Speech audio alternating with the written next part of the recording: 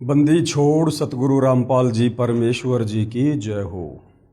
परम पिता परमात्मा सारी सृष्टि के रचनहार कुल मालिक असंख्य ब्रह्मांडों के स्वामी जगत गुरु तीनों लोकों में प्रवेश करके सबका धारण पोषण करने वाले राजाधीराज आत्माधार नाथों के नाथ देवों के देव महादेव सर्वेश्वर महेश्वर मृत्युंजय अजरो अमर आदि अनादि सनातनी प्रभु जगत पिता जगदीश्वर श्री श्री 1008 की उपाधि के वास्तविक अधिकारी अकाल मूर्त शब्द स्वरूपी राम वासुदेव सर्वगतम ब्रह्म परम पूज्य प्रथम पूज्य परम संत परम पुरुष परम धनी परम दयालु सत्य कबीर हक्का कबीर अल्लाहु कबीर अल्लाहु अकबर बाखबर अल्लाह ताला जगत के तारणहार जगत के मुक्तिदाता जगत के जगन्नाथ हारे के सहारे हिंदुओं के राम मुसलमानों के अल्लाह सिखों के वाहेगुरु ईसाइयों के मसीह दया के सागर दयानिधि करुणा के सागर करुणानिधि स्वयंभू परिभू संकट मोचन कष्टहरण मंगल करण दुख भंजन अविगत कबीर निर्विकार निर्विषम परमात्मा अलय अलेख सतगुरु आदि अनादि सतगुरु असली मर्यादा पुरुषोत्तम असली राम असली कृष्ण असली घनश्याम असली मुरारी राजाओं के राजा महाराजाओं के महाराजा शहंशाहों के शहंशाह सम्राटों के सम्राट भगवानों के भगवान अल्लाहों के अल्लाह प्रभुओं के प्रभु मसीहाओं के मसीह सच्चे वाहिगुरु बाबाओं के बाबा पीरों के पीर सेठों के सेठ जगत सेठ सावड़सा सेठ सर्वगुण संपन्न अनंत कोटि कलाओं के स्वामी अनंत कोटि ब्रह्मांडों के नायक योगियों में महायोगी ध्यानियों में महाध्यानी सिद्धों में परम सिद्ध ज्ञानियों में तत्वज्ञानी ब्रह्म ज्ञानी महाज्ञानी परम ज्ञानी सर्वश्रेष्ठ ज्ञानी विज्ञानी युवा कबीर समर्थ कबीर असमवात अमित ओजा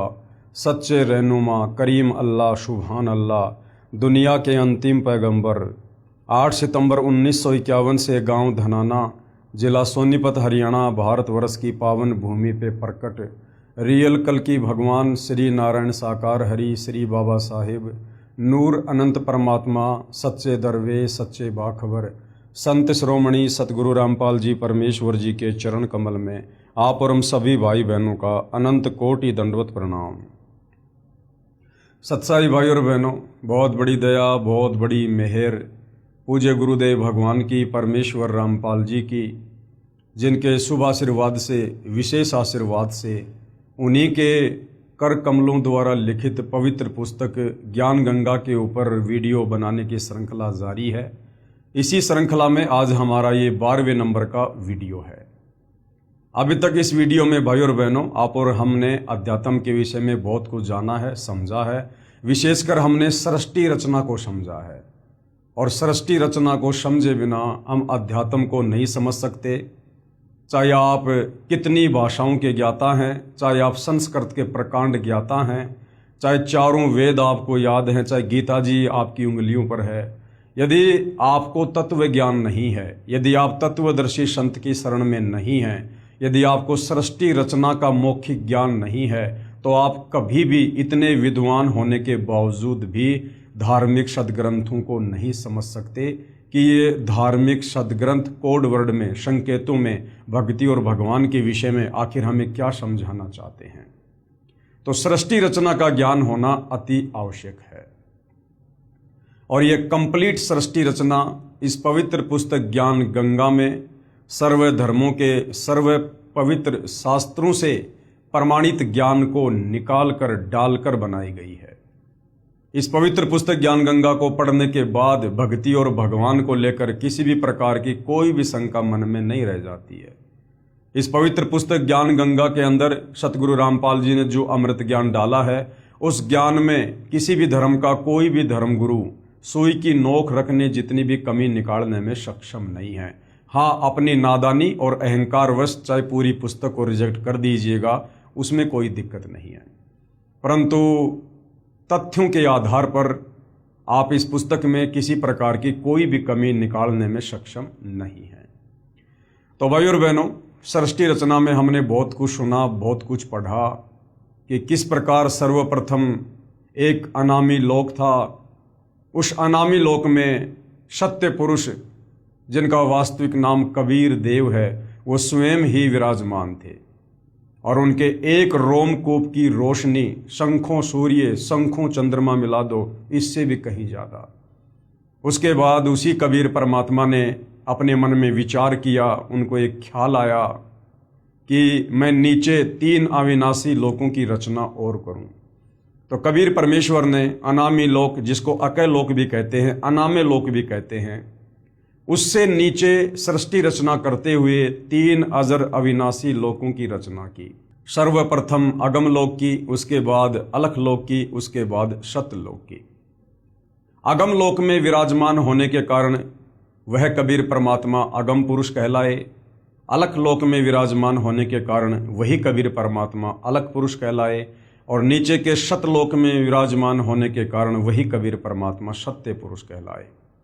उसके बाद कबीर परमेश्वर जी ने अपने एक वचन से सतलोक में सर्वप्रथम सृष्टि रचना करते हुए 16 द्वीपों की रचना की। उसके बाद अपने 16 वचनों से अपने 16 पुत्रों की रचना की और अपने प्रत्येक पुत्र को एक एक द्वीप में रहने का आदेश दिया। उसके बाद कबीर परमेश्वर जी ने अपने 12वें नंबर के पुत्र अचिंत से कहा कि बेटा, अब आप आगे सतलोक में सृष्टि की रचना करो। और कबीर परमेश्वर ने उसे शब्द शक्ति दी, वचन शक्ति दी।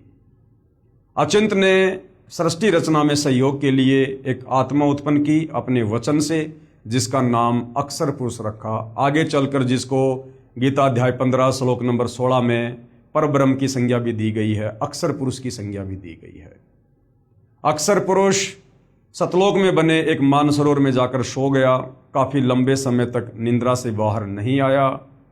तो अचिंत ने कबीर परमेश्वर जी से याचना की कि हे पिताजी, अक्षर पुरुष मानसरोवर में जाकर सो गया है और सृष्टि रचना नहीं हो पा रही है। उसी समय कबीर परमेश्वर जी ने उस मानसरोवर के जल को हाथ में लिया, अपनी वचन शक्ति से एक अंडा बनाया। उस अंडे में अपनी वचन शक्ति से एक आत्मा प्रवेश की और अंडे को मानसरोवर के जल में छोड़ा। अंडा मानसरोवर के जल में नीचे गया। गड़गड़ाहट की आवाज़ से अक्षर पुरुष की निंद्रा भंग हुई। अक्षर पुरुष ने थोड़ा क्रोध से देखा, अंडा 2 भाग हो गया, फूट गया। उसमें से जो आत्मा निकली उसको क्षर पुरुष का नाम दिया गया। उसी को ज्योति निरंजन कहते हैं और आगे चलकर वही काल कहलाया। उधर से परमात्मा ने आकाशवाणी की कि ज्योति निरंजन और अक्षर पुरुष तुम दोनों बाहर आओ। अक्षर पुरुष आप निंद्रा में थे, आपको जगाने के लिए ये सारा खेल खेलना पड़ा। दोनों आत्मा मानसरोवर से बाहर आती हैं और कबीर परमेश्वर जी ने कहा कि ज्योति निरंजन और अक्षर पुरुष अब तुम दोनों अपने बड़े भाई अचिंत के द्वीप में रहो। तीनों आत्मा एक द्वीप में रहने लगी। उसके बाद कबीर परमेश्वर जी ने सतलोक में अपनी वचन शक्ति से असंख्य आत्माओं की उत्पत्ति की और बहुत सारी रचना की। काफ़ी समय गुजर जाने के बाद उस ज्योति निरंजन क्षर पुरुष के मन में एक विचार आया कि हमारे बाकी सभी भाई एक एक द्वीप में स्वतंत्र रह रहे हैं और हम तीनों एक द्वीप में हैं। अलग से राज्य प्राप्ति की इच्छा से उसने एक पैर पर खड़ा होकर तप करना शुरू किया। जब 70 युग तक तप किया तो तप करने के दौरान परमेश्वर ने सतलोक में जितने भी आत्माओं को उत्पन्न कर दिया था, ज़्यादातर आत्माएं वहाँ पर उस क्षर पुरुष की उस नादानी पर आसक्त हो गई। जब वो तप कर रहा था, हम उसको देखने जाया करते थे, हम उसकी वाहवाही किया करते थे। उधर से कबीर परमात्मा आकाशवाणी करके हमें सावधान किया करते थे कि बच्चों, इस नादान की नादानी को मत देखो। तुम्हें सतलोक में किस चीज़ की कमी है, किस बात की कमी है? तुम मौज करो, मस्ती करो, इसकी नादानी को मत देखो, ये अपने कर्म फोड़ रहा है। परंतु हम ऊपर से तो सावधान हो गए, लेकिन अंदर से हम उस क्षर पुरुष को, ज्योति निरंजन को, आगे चलकर जिसको काल कहा गया, हम उसको अंदर से चाहने लगे। अंतर्यामी परमात्मा ने देख लिया कि ये तमाम आत्माएं जो इस ज्योति निरंजन के ऊपर आसक्त हो रही हैं और मेरे समझाने के बावजूद भी समझ नहीं रही हैं, ये आत्माएं पतिव्रता पद से नीचे गिर चुकी हैं। अब इन आत्माओं को सतलोक में नहीं रखा जा सकता। तो 70 युग तप करने के बाद कबीर परमात्मा जी ने ज्योति निरंजन से पूछा, भाई आपको क्या चाहिए, क्यों तप कर रहे हो? तो ज्योति निरंजन ने कहा कि पिताजी, मैं जहाँ रह रहा हूँ वो जगह मेरे लिए कम है, मुझे अलग से कुछ जगह दीजिए। कबीर परमेश्वर ने 70 युग तप के बदले उसे 21 ब्रह्मांड दे दिए। काल ने 21 ब्रह्मांड प्राप्त किए और अपने ब्रह्मांडों में आकर सैर सपाटे करने लगा। फिर उसके मन में आया कि खाली प्लाट का क्या करूंगा, इसमें कुछ रचना भी होनी चाहिए। रचना सामग्री प्राप्त करने के लिए फिर उसने 70 युग तप किया। और हम नादान आत्माएं जो आज इस काल के 21 ब्रह्मांड में फंसी हुई हैं, ब्रह्मा विष्णु महेश से लेकर दुर्गा से लेकर और ये जितने भी 184 योनियों में जीव जंतु हैं, हम फिर से उसके ऊपर आसक्त हुए। उधर से कबीर परमात्मा हमें सावधान भी करते रहे, लेकिन हम ऊपर से दिखावा करते रहे और अंदर से उस ज्योति निरंजन को चाहते रहे। जब फिर 70 युग तप कर लिया, तब कबीर परमेश्वर ने कहा कि भाई अब आपको क्या चाहिए। तो ज्योति निरंजन ने कहा कि पिताजी मुझे कुछ रचना सामग्री दे दो। कबीर परमेश्वर जी ने उसे 3 गुण और 5 तत्व दे दिए, रजगुण, सतगुण, तमगुण, पृथ्वी, अग्नि, वायु, आकाश और जल। ये उस समय सतलोक में सूक्ष्म रूप में क्षर पुरुष के सबसे बड़े भाई कूरम के मुकुट में थे, सूक्ष्म रूप में थे। कबीर परमेश्वर जी ने काल को उपलब्ध करवा दिए। उसके बाद उसने काफ़ी रचना अपने 21 ब्रह्मांडों में की। बाद में उसके मन में विचार आया कि मेरे अकेले का मन नहीं लग रहा है, कुछ आत्मा भी होनी चाहिए जो मेरे साथ रहें। ये विचार करके उसने 64 युग फिर तप किया। जब 64 युग तप कर लिया तो कबीर परमात्मा जी ने फिर पूछा कि भाई ज्योति निरंजन क्षर पुरुष, आपको जो जो वस्तु चाहिए थी मैंने आपको दे दी है, अब और आपको क्या चाहिए, आप क्यों ये हट कर रहे हो। तो उसने कहा पिताजी मेरा अकेले का मन नहीं लगता, मुझे कुछ आत्माएं दे दो। तो कबीर परमात्मा ने कहा कि देख भाई ज्योति निरंजन, ये आत्मा मेरे अंश हैं, मेरे बच्चे हैं, मेरे वचन से मेरे शरीर से उत्पन्न हैं। ये मैं तुझे किसी भी कीमत पर किसी भी जप या तप के बदले नहीं दे सकता। तुझे और कुछ चाहिए तो मांग सकता है। लेकिन ज्योति निरंजन ने कहा कि कुछ आत्माएं हैं जो मेरे साथ जाना चाहती हैं। तो परमात्मा ने कहा कि ठीक है भाई, यदि कोई अपनी इच्छा से तेरे साथ जाना चाहता है तो मैं उसको भेज सकता हूं। ये ज्योति निरंजन और कबीर परमात्मा हम उन तमाम आत्माओं के पास आए जो पहले से काल के ऊपर आसक्त थे। कबीर परमेश्वर जी ने कहा कि भाई कौन कौन आत्माएं हैं जो इस ज्योति निरंजन क्षर पुरुष के 21 ब्रह्मांडों में इसके साथ रहना चाहती हैं, हाथ खड़ा कीजिए। उस समय सन्नाटा छा गया, किसी की भी हिम्मत नहीं हुई। काफी समय गुजर गया। कबीर परमात्मा ने क्षर पुरुष से कहा कि भाई आप तो कह रहे थे कि कुछ आत्माएं मेरे साथ जाने को तैयार हैं, यहां तो कोई भी हाँ नहीं भर रहा। सर्वप्रथम एक आत्मा ने हाथ खड़ा किया। देखा सभी आत्माओं ने, आज हम काल के 21 ब्रह्मांड में जो फंसे पड़े हैं, सभी ने हाथ खड़े कर दिए कि कहीं सारी लूट यही एक आत्मा ही ना लूट ले। कबीर परमेश्वर जी ने कहा कि ठीक है भाई ज्योति निरंजन, इन जितनी भी आत्माओं ने तेरे साथ जाने की स्वयं की इच्छा से स्वीकृति दी है, मैं इन सबको तेरे पास अपने तरीके से भेजूंगा। आप अपने 21 ब्रह्मांडों में जाइए। क्षर पुरुष उसी समय अपने 21 ब्रह्मांडों को चल देता है। ये 21 ब्रह्मांड उस समय सतलोक में ही एक कोने में बहुत दूर थे। सर्वप्रथम जिस हंस आत्मा ने हाथ खड़ा करके ज्योति निरंजन के साथ जाने की स्वीकृति दी थी, कबीर परमेश्वर ने उस हंस को एक सुंदर लड़की बनाया, युवा लड़की बनाया, और अपने पुत्र सहजदास से कहा कि बेटा आप इसको क्षर पुरुष के पास जाकर छोड़कर आ जाओ, और जितनी भी आत्माएं थी उन सबको मैंने इसके अंतःकरण में सूक्ष्म रूप में डाल दिया है और मैंने इसको वचन शक्ति दे दी है। ज्योति निरंजन जितनी आत्मा चाहेगा ये बेटी अपने वचन से उत्पन्न करके उसको दे देगी। ये सारी बातें सहजदास ने क्षर पुरुष को बता दी और लड़की को वहीं छोड़कर आ गया। पीछे से क्षर पुरुष के मन में दोष उत्पन्न हुआ, विषय वासना उत्पन्न हुई। लड़की के युवा शरीर को देखकर, रूप रंग को देखकर लड़की उसके मन की बकवाद को भांप गई और कहा कि भाई आप ऐसा ना करो, क्योंकि क्षर पुरुष उसके साथ जबरदस्ती करने लगा। तो जो प्रथम हंस था जिसने हाथ खड़ा किया था, उसको कबीर परमात्मा जी ने आगे चलकर आदि माया, आष्ट्रा, अष्टंगी, 8 भुजा वाली, शेरा वाली, दुर्गा, प्रकृति देवी, इनकी संज्ञा दी है। तो दुर्गा ने कहा कि ज्योति निरंजन आप मेरे बड़े भाई हो, मैं आपकी छोटी बहन हूँ। आपकी उत्पत्ति सर्वप्रथम उसी कबीर परमात्मा ने अंडे से की है, उसके बाद हमारी उत्पत्ति भी अपने वचन से की है। हम रिश्ते में भाई बहन हैं और भाई बहन का ये गंदा कर्म महापाप का भागी होगा। परंतु विषय वासनाओं में आसक्त क्षर पुरुष ने उसकी एक ना सुनी और जबरदस्ती करने का प्रयास करने लगा। उसी समय इस दुर्गा ने, इस माया ने, इस प्रकृति देवी ने सूक्ष्म रूप बनाया और ज्योति निरंजन के मुख के माध्यम से उसके पेट में जा बैठी और कबीर परमेश्वर अपने पिताजी से याचना की कि हे पिताजी मेरी रक्षा करो। उसी समय कबीर परमात्मा अपने पुत्र के रूप में वहाँ पर प्रकट होते हैं और उस क्षर पुरुष को श्राप देते हैं कि आपने सतलोक में ऐसा गंदा कर्म करने की सोची भी कैसे, और ऐसा गंदा कर्म करने वाला फिर इस लोक में रह नहीं सकता। इसलिए हे क्षर पुरुष, हे ज्योति निरंजन, आज से तुम्हारा नाम काल होगा।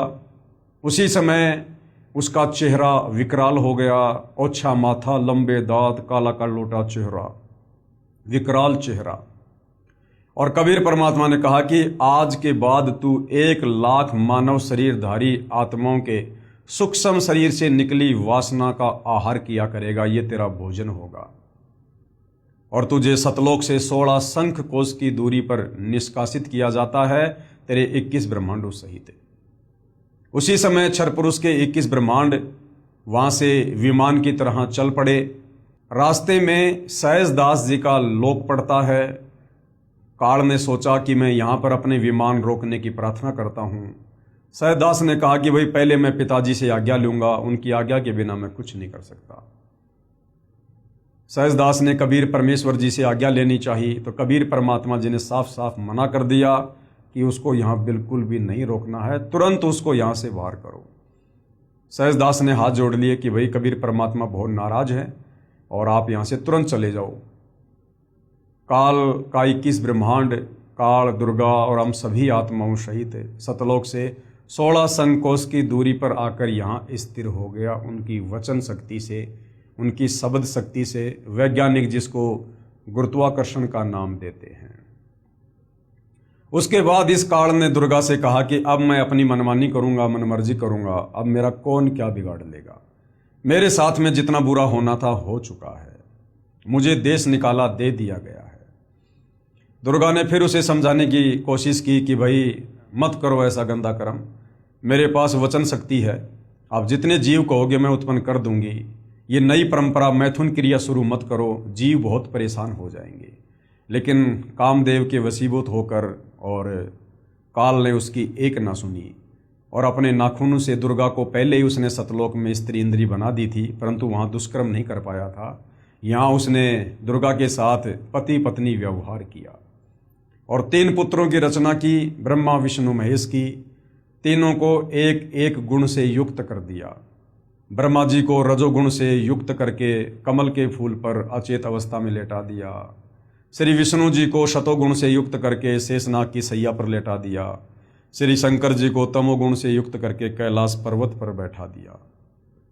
समय आने पर दुर्गा के माध्यम से तीनों को सचेत करवा दिया और काल ने दुर्गा को आकाशवाणी की कि दुर्गा अब तू इनको समुद्र मंथन पर ले जा और सबसे पहले 4 वेद निकलेंगे, चारों वेद आप ब्रह्मा जी को दे देना। ऐसा ही हुआ, चारों वेद ब्रह्मा जी को दे दिए गए। ब्रह्मा जी ने चारों वेदों को पढ़ा तो पता चला कि कोई और ब्रह्म है, कोई और परमात्मा है जो सह शरीर है, तेजोमय शरीर है, जिसने सर्व सृष्टि को रचा है। उससे पहले जब ब्रह्मा अपनी माता से पूछा करता था कि माता ये ब्रह्म कौन है, ये परमात्मा कौन है, क्या आप ही हो सारे संसार को रचने वाली, तो दुर्गा कहा करती थी कि बेटा मैं ही सब कुछ हूं, मैं ही तेरी माँ हूं, मैं ही तेरा पिता हूं। लेकिन जब ब्रह्मा जी ने वेद पढ़े तो पता चला कि ब्रह्म तो कोई और है। तो दुर्गा से पूछा तो दुर्गा ने सोचा कि ब्रह्मा ने वेद पढ़ लिए हैं, अब झूठ बोलना उचित नहीं होगा। पहले दुर्गा काल के डर से झूठ बोला करती थी। काल ने दुर्गा को सख्त हिदायत दे दी थी कि देख अब मेरी मजबूरी है, मैं किसी को भी अपने वास्तविक काल रूप में दर्शन नहीं दूंगा, वरना इस रहस्य का यदि मेरे तीनों पुत्रों को पता चल गया तो मेरे लिए फिर भोजन कौन तैयार करेगा। तो दुर्गा भी काल के डर के मारे अपने तीनों बेटों को सच्चाई नहीं बताया करती थी। लेकिन जब ब्रह्मा जी ने वेद पढ़े और ब्रह्मा जी ने सवाल किया तो बताना दुर्गा की मजबूरी हो गई और दुर्गा ने कहा कि हाँ बेटा तेरा पिता है, उसका नाम ब्रह्म है, लेकिन वो तुझे दर्शन नहीं देगा, उसकी अटल प्रतिज्ञा है। अपनी माता के मुख से इस प्रकार के दोगले वचन सुनकर ब्रह्मा जी को बड़ा दुख हुआ और कहा कि माता, मुझे आपकी बातों पर यकीन नहीं है। पहले जब मैं पूछा करता था तो आप कहती थी कि बेटा मैं ही तेरी माँ हूँ, मैं ही तेरा पिता हूँ, और अब आप कह रही हो कि ब्रह्म है लेकिन वो दर्शन नहीं देगा। तो माता, मुझे आपकी बातों पर यकीन नहीं है, मैं तो अपने पिता के दर्शन करूंगा।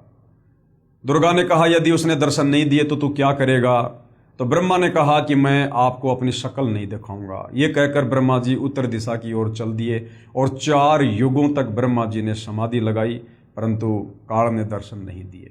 उधर से काल ने आकाशवाणी की कि दुर्गा, सृष्टि क्यों नहीं रची जा रही है? मुझे जो 1 लाख मानव शरीरधारी आत्माओं को खाने का श्राप मिला हुआ है, मेरी भूख कैसे शांत होगी?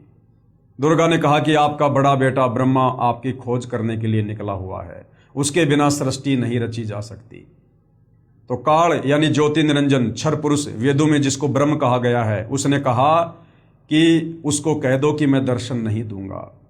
दुर्गा ने अपनी वचन शक्ति से एक गायत्री नाम की लड़की उत्पन्न की और कहा कि बेटी जा अपने बड़े भाई ब्रह्मा को ले आ।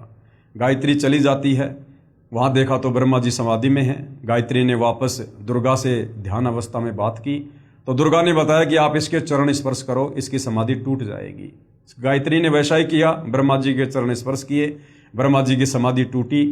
ब्रह्मा जी ने गुस्से में आकर कहा कि कुलटा, तू कौन है जिसने मेरा ध्यान भंग कर दिया? मैं तुझे श्राप दूंगा। गायत्री ने कहा कि श्राप बाद में देना, पहले मेरी बात सुन लो। मुझे माता दुर्गा ने भेजा है, तुम्हारे बिना सृष्टि नहीं रची जा रही है और माता ने तुझे बुलाया है। ब्रह्मा ने कहा कि गायत्री, मैं कैसे जाऊं? मैं माता जी को कहकर आया था कि जब तक पिता के दर्शन नहीं कर लूंगा मैं आपको शक्ल नहीं दिखाऊंगा, मुझे शर्म आती है। गायत्री की मजबूरी थी, दुर्गा का आदेश था कि उसको लेकर आना है, तो कहा कि आपको चलना तो पड़ेगा। तो ब्रह्मा जी ने कहा कि मैं चल सकता हूं, मेरी एक शर्त है, अगर तुम मेरी झूठी गवाही दे दो। अगर माता पूछे कि बेटा तुझे पिता के दर्शन हुए, तो यदि मैं आपका नाम लूं तो आप मेरी झूठी गवाही दे देना कि हाँ जी, मेरे सामने ब्रह्मा जी को इसके पिता ब्रह्म ने दर्शन दिए। गायत्री ने सोचा कि कहीं मैं अकेली झूठी पड़ जाऊं, ब्रह्मा सच्चाई बता दे और मेरी अकेली की पिटाई हो जाए। तो उसने कहा कि मैं एक शर्त पर गवाही दे सकती हूं, यदि आप मेरे साथ में संभोग क्रिया करो। ब्रह्मा की भी मजबूरी थी, गायत्री की भी मजबूरी थी, दोनों ने रति क्रिया की। गायत्री ने सोचा कि क्यों ना एक गवाह और तैयार किया जाए। ब्रह्मा की सहमति से और गायत्री ने अपनी वचन शक्ति से एक लड़की उत्पन्न की जिसका नाम पोहपति रखा गया। सेम टू सेम क्रिया उस पोहपति के साथ हुई। उसको कहा गया कि आप हमारी झूठी गवाही दे देना कि ब्रह्मा जी को उसके पिता ब्रह्म ने दर्शन दिए। पोहपति ने सोचा कि कहीं मैं झूठी पड़ जाऊं, मेरी अकेली की पिटाई हो जाए, क्यों ना इन दोनों को भी शामिल किया जाए। तो पोहपति ने भी कहा कि यदि ब्रह्मा मेरे साथ रति क्रिया करे, संभोग क्रिया करे, तो मैं गवाही दे सकती हूँ। ऐसा ही हुआ। उसके बाद तीनों दुर्गा के पास आ जाते हैं और दुर्गा ने पूछा कि बेटा तुझे तेरे पिता ब्रह्म ने दर्शन दिए? तो ब्रह्मा ने कहा कि हाँ माँ, मुझे मेरे पिता ने दर्शन दिए। दुर्गा ने कहा कि कोई गवाह बता, कोई सबूत बता। ब्रह्मा जी ने कहा कि इन दोनों के सामने दिए। ब्रह्मा जी ने पहले ही उन दोनों को पट्टी पढ़ा दी थी, क्योंकि वेदों में ब्रह्मा जी ने पढ़ लिया था कि ब्रह्म का कैसा रूप है, कैसा स्वरूप है। तो ब्रह्मा जी ने पहले दोनों लड़कियों को बता दिया था, यदि माता पहचान पूछे तो बता देना कि मनुष्य दृश्य शरीर है, साकार है, तेजोमय शरीर है। दोनों लड़कियों ने कहा जी हाँ, हमारे सामने दर्शन दिए। दुर्गा बड़ी नाराज हुई कि ये काल कह रहा था कि मैं किसी को दर्शन नहीं दूंगा और ये कह रहे हैं कि हमारे को दर्शन दे दिए। दुर्गा ने ध्यान लगाया, उधर से काल ने आकाशवाणी की कि दुर्गा, ये तीनों झूठ बोल रहे हैं, मैंने इनको कोई दर्शन नहीं दिए। दुर्गा नाराज हुई और थोड़ा सा टाइट होकर ब्रह्मा जी से कहा कि तुम्हारे पिता ने आकाशवाणी की है, उसने तुम्हें दर्शन नहीं दिए, तुम झूठ बोल रहे हो। तो ब्रह्मा जी हंसने लगा और कहने लगा, माता जी मुझे शर्म आ रही थी आपके पास आने में। मैं कहकर गया था कि यदि मुझे मेरे पिताजी ने दर्शन नहीं दिए तो मैं आपको अपनी शक्ल नहीं दिखाऊंगा, इसलिए मुझे झूठ बोलना पड़ा। उसी समय दुर्गा गुस्से में आई और तीनों को श्राप दे दिया। ब्रह्मा जी को श्राप दिया कि जगत में तेरी पूजा नहीं होगी और तेरे वंशज तेरे जैसे पाखंडी होंगे, ठग होंगे, दुनिया को धर्म कर्म में उलझा के रखेंगे, अपने आप को विद्वान कहेंगे लेकिन शास्त्रों का ज्ञान नहीं होगा दूसरों को ठगना, झूठ बोलना उनका परम धर्म होगा। ब्रह्मा जी के वंशज ये ब्राह्मण, ये गुरुजन कहलाते हैं, जो शास्त्रों को पढ़ते हैं और अध्यात्म में लोगों का मार्गदर्शन करते हैं। आज वैसा ही हो रहा है। गायत्री को श्राप दिया कि तू नीचे मृतलोक में गाय बनेगी और तेरे कई कई सांड तेरे जो है वो पति होंगे। वैसा ही हुआ। और पोहपति को श्राप दिया कि तू गंदी नाली में, गंदी जगह पर उगने वाला पौधा होगी और तेरे फूल किसी काम नहीं आएंगे। ऐसा ही हुआ। उसके बाद काल ने देखा कि दुर्गा ने मेरा विधान तोड़ दिया है, या मेरे अलावा किसी को भी कुछ कहने का अधिकार नहीं है। तो काल ने गुस्से में आकर दुर्गा से कहा कि दुर्गा, तूने इन बच्चों को इतनी बड़ी सजा नहीं देनी चाहिए थी, तूने गलती की है। अब मैं तुझे श्राप देता हूं कि द्वापर युग में तू मृतलोक में द्रौपदी बनेगी और तेरे भी 5 पति होंगे। तो महाभारत के समय जो द्रौपदी थी वो दुर्गा का अंश अवतार थी, पांडव जिसके 5 पति थे। उसके बाद भाई और बहनों, दुर्गा ने कहा कि भाई ज्योति निरंजन काल, मैं तेरे वशीभूत हूं। मैंने अपने पैर पर खुद अपने पिता कबीर भगवान से धोखा करके कुल्हाड़ी मारी है, अब ये सजा तो मुझे भोगनी पड़ेगी। उसके बाद दुर्गा ने अपने दूसरे नंबर के पुत्र विष्णु से कहा कि बेटा तू भी कोशिश कर ले अपने पिताजी के दर्शन करने की, तेरे बड़े भाई को तो दर्शन हुए नहीं है। विष्णु जी निकल पड़े नीचे पाताल में, शेषनाग के लोक में, ध्यान लगाने के लिए, समाधि लगाने के लिए, अपने पिता के दर्शन के लिए। उधर से शेषनाग ने देखा कि ये मेरे लोक में मेरी अनुमति के बिना बेधड़क होकर कौन आ रहा है। शेषनाग ने अपने 1000 फणों से जहर की फुकार मारी। श्री विष्णु जी का पूरा शरीर काला हो गया, नीला पड़ गया। श्री विष्णु जी ने देखा कि इस नाग ने बेवजह मेरे साथ ऐसा व्यवहार किया है, इसको मजा चखाना चाहिए।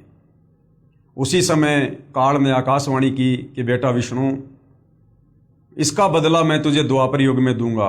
तू श्री कृष्ण रूप में जाएगा और ये शेष नाग उस समय जो है काली देव में ये कालिया नाग होगा, उस समय तू अपना बदला लेना।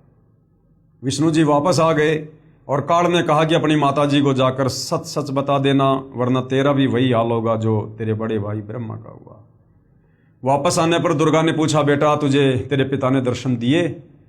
तो विष्णु जी ने कहा कि माताजी मुझे दर्शन नहीं दिए। दुर्गा बड़ी प्रसन्न हुई और कहा, बेटा तू सतवादी होगा, जग में तेरा नाम होगा और सारे जगत में तेरी पूजा होगी, तू शतोगुण होगा। ऐसा ही हुआ। उसके बाद अपने तीसरे बेटे शंकर जी से दुर्गा ने कहा कि बेटा तेरे दोनों भाइयों को तो पिता के दर्शन हुए नहीं, तू भी प्रयास करना चाहे तो कर ले, कहीं बाद में फिर समाधि लगा के बैठ जाए। इस मामले में शंकर जी थोड़े समझदार निकले। शंकर जी ने कहा कि माताजी, जब मेरे दोनों भाइयों को पिता ने दर्शन नहीं दिए तो मैं तो कोशिश ही नहीं करता, लेकिन माता मेरे ऊपर एक अनुग्रह कर दो, मुझे मृत्युंजय कर दो, मुझे अजरो अमर कर दो, मेरी कभी मृत्यु ना हो। क्योंकि मौत से भाई और बहनों हम सब डरते हैं, ब्रह्मा विष्णु महेश भी डरते हैं, क्योंकि हम सतलोक में थे, मरते नहीं थे, हम मृत्युंजय थे, अजरो अमर थे। आत्मा को वही चाहत यहाँ भी है। तो दुर्गा ने कहा कि बेटा ये आशीर्वाद मैं तुझे नहीं दे सकती। इस 21 ब्रह्मांड में बेटा कोई भी अजरो अमर नहीं है, कोई भी मृत्युंजय नहीं है। हाँ, मैं तुझे एक विधि बता सकती हूँ समाधि की, ध्यान की, जिससे तेरी उम्र सबसे ज़्यादा हो जाएगी। और आप और हम सब देखते हैं श्री शंकर जी सबसे ज़्यादा समाधि लगाते हैं, ज़्यादातर समाधि अवस्था में रहते हैं, श्वासों को 10वें द्वार में रोक के रखते हैं, जिससे उनकी उम्र बहुत लंबी है, क्योंकि श्वासों से हमारा शरीर निर्धारित होता है। तो बहुत ही कम श्वास श्री शंकर जी लेते हैं, जिस कारण से लंबी उम्र है। उसके बाद काल ने आकाशवाणी की कि दुर्गा आप इनको फिर से तीनों को समुद्र मंथन पर लेकर जा और जो भी वस्तु निकले तीनों को दे देना। दुर्गा ने ऐसा ही किया, तीनों को समुद्र मंथन पर बुलाया और दुर्गा ने ही अपने 3 रूप बनाकर समुद्र में गुप्त रूप में छिप गई और समुद्र मंथन के दौरान वही दुर्गा 3 लड़कियों के रूप में निकली। सबसे पहले जो लड़की बनी उसका नाम सावित्री रख दिया गया और उसकी ब्रह्मा जी के साथ में शादी कर दी गई और कहा बेटा जाओ अपने लोक में और अपना घर बसाओ। दूसरे नंबर पर जो लड़की निकली उसका लक्ष्मी नाम रखा, श्री विष्णु जी के साथ में शादी कर दी और विष्णु लोक में भेज दिया। तीसरे नंबर पर पार्वती निकली, उमा, वो शंकर जी के साथ में ब्याह दी और कहा बेटा जाओ और अपना घर बसाओ। और फिर काल आदेश से दुर्गा के द्वारा नीचे के जीवों की सृष्टि शुरू कर दी गई। ब्रह्मा जी के रजोगुण के कारण जीवों की उत्पत्ति होने लगी, शंकर जी के तमोगुण के कारण जीवों का संहार होता है, और विष्णु जी के सतोगुण के प्रभाव से हम सब मोह माया के बंधन में, मेरा बेटा, मेरी बेटी, मेरी कार, मेरी कोठी, हम इस बंधन में यहाँ पर बंधे हुए हैं। और काल इस प्रकार से अपनी खुराक तैयार यहाँ पर कर रहा है। ब्रह्मा जी के माध्यम से प्रतिदिन 1.25 लाख जीवों की उत्पत्ति करवाता है, और शंकर जी के तमोगुण के प्रभाव से 1 लाख की प्रतिदिन मृत्यु करवाकर अपना भोजन इकट्ठा करता है, भोजन खाता है तपतशिला पर भून भून कर। ये यहाँ का हार्ड एंड फास्ट रूल है इस काल के 21 ब्रह्मांड का। और यहाँ पर ये कोई बिजनेस करने नहीं आया था सतलोक से। जो गलती इसने सतलोक में की थी उसकी सजा ये यहाँ पर भोग रहा है। और जो गलती हम आत्माओं ने सतलोक में की थी, अपने कबीर भगवान से आस्था हटाकर पतिव्रता पद से नीचे गिर के इस काल के ऊपर आसक्ति करके हम यहाँ जन्म और मरण के चक्कर में, लक 84 योनियों के चक्कर में, नरक में हम यहाँ पर कष्ट भोग रहे हैं, जेल काट रहे हैं, कहर भोग रहे हैं।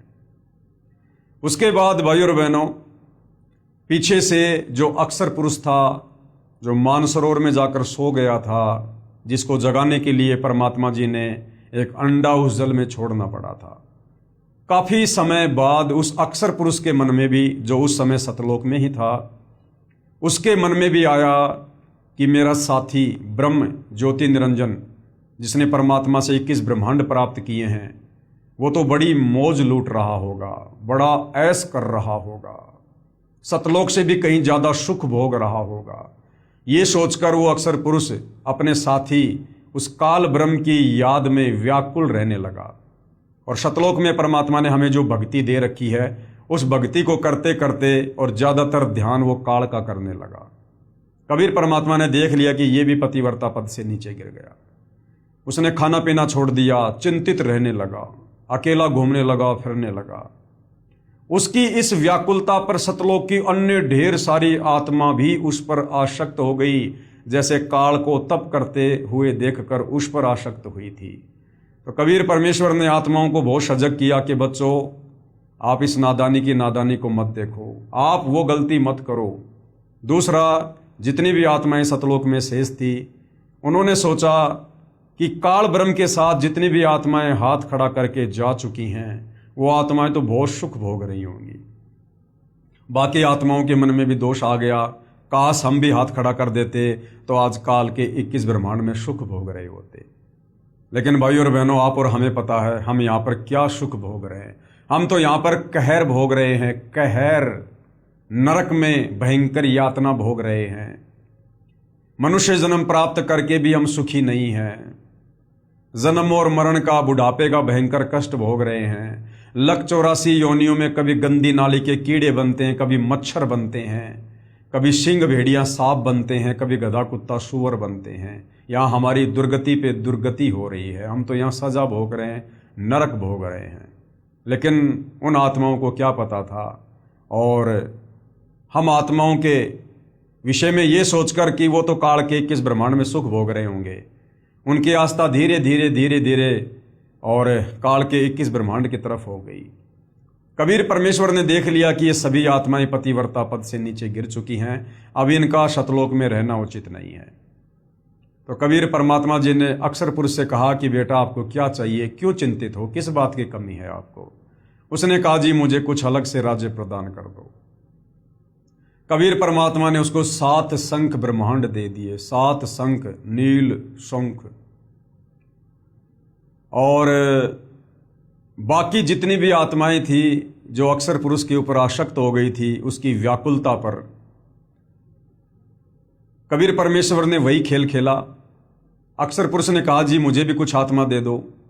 परमात्मा ने कहा देख बेटा, आत्मा नहीं दे सकता, अगर कोई तेरे साथ अपनी इच्छा से जाना चाहते हैं तो मैं दे सकता हूं। तो काफी आत्माएं उसके ऊपर आसक्त हो चुकी थी। तो कबीर परमेश्वर जी ने तमाम आत्माओं से कहा कि बच्चों कौन कौन इसके साथ जाना चाहता है।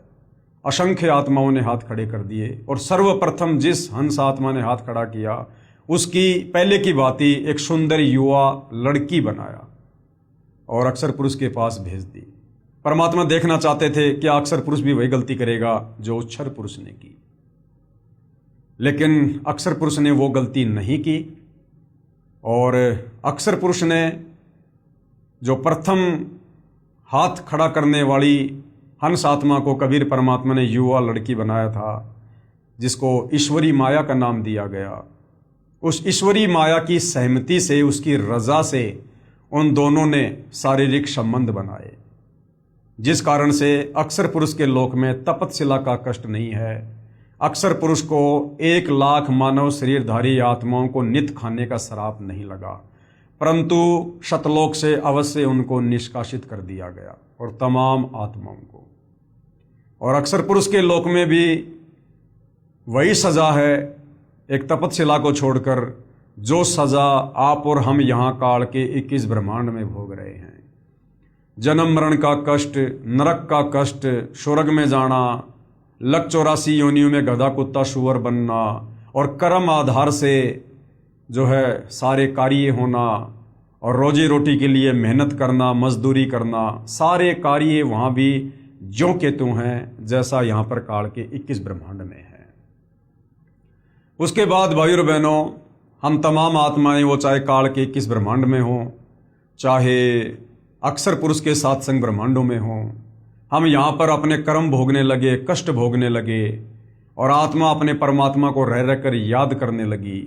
तो कबीर परमेश्वर बड़े दयालु हैं, बड़े रहनुमा हैं, उनसे हमारा कष्ट देखा नहीं गया। और कबीर परमात्मा रह रहकर और इस काल के 21 ब्रह्मांड में अपने पुत्रों का रूप बनाकर आते रहते हैं, हमें संभालते रहते हैं। तत्वदर्शी संत के रूप में आकर सतगुरु बनकर हमें यहाँ पर सच्चा ज्ञान देते हैं। सृष्टि रचना बताते हैं कि बच्चों, तुम कैसे सतलोक में रहा करते थे, कितने सुख भोगा करते थे, सतलोक में कैसे कैसे सुख हैं, और तुम अपनी गलती से सतलोक के सुखों को ठोकर मारकर इस काल के जाल में फंसकर यहाँ पर जेल काट रहे हो, नरक भोग रहे हो। अब भी अगर तुम मेरी बात मान जाओगे, मेरे वचनों पर विश्वास करोगे, मेरे द्वारा दी गई भक्ति करोगे, मेरे कहे अनुसार चलोगे, तो मैं तुम्हें इस काल के 21 ब्रह्मांड से बाहर कर दूंगा।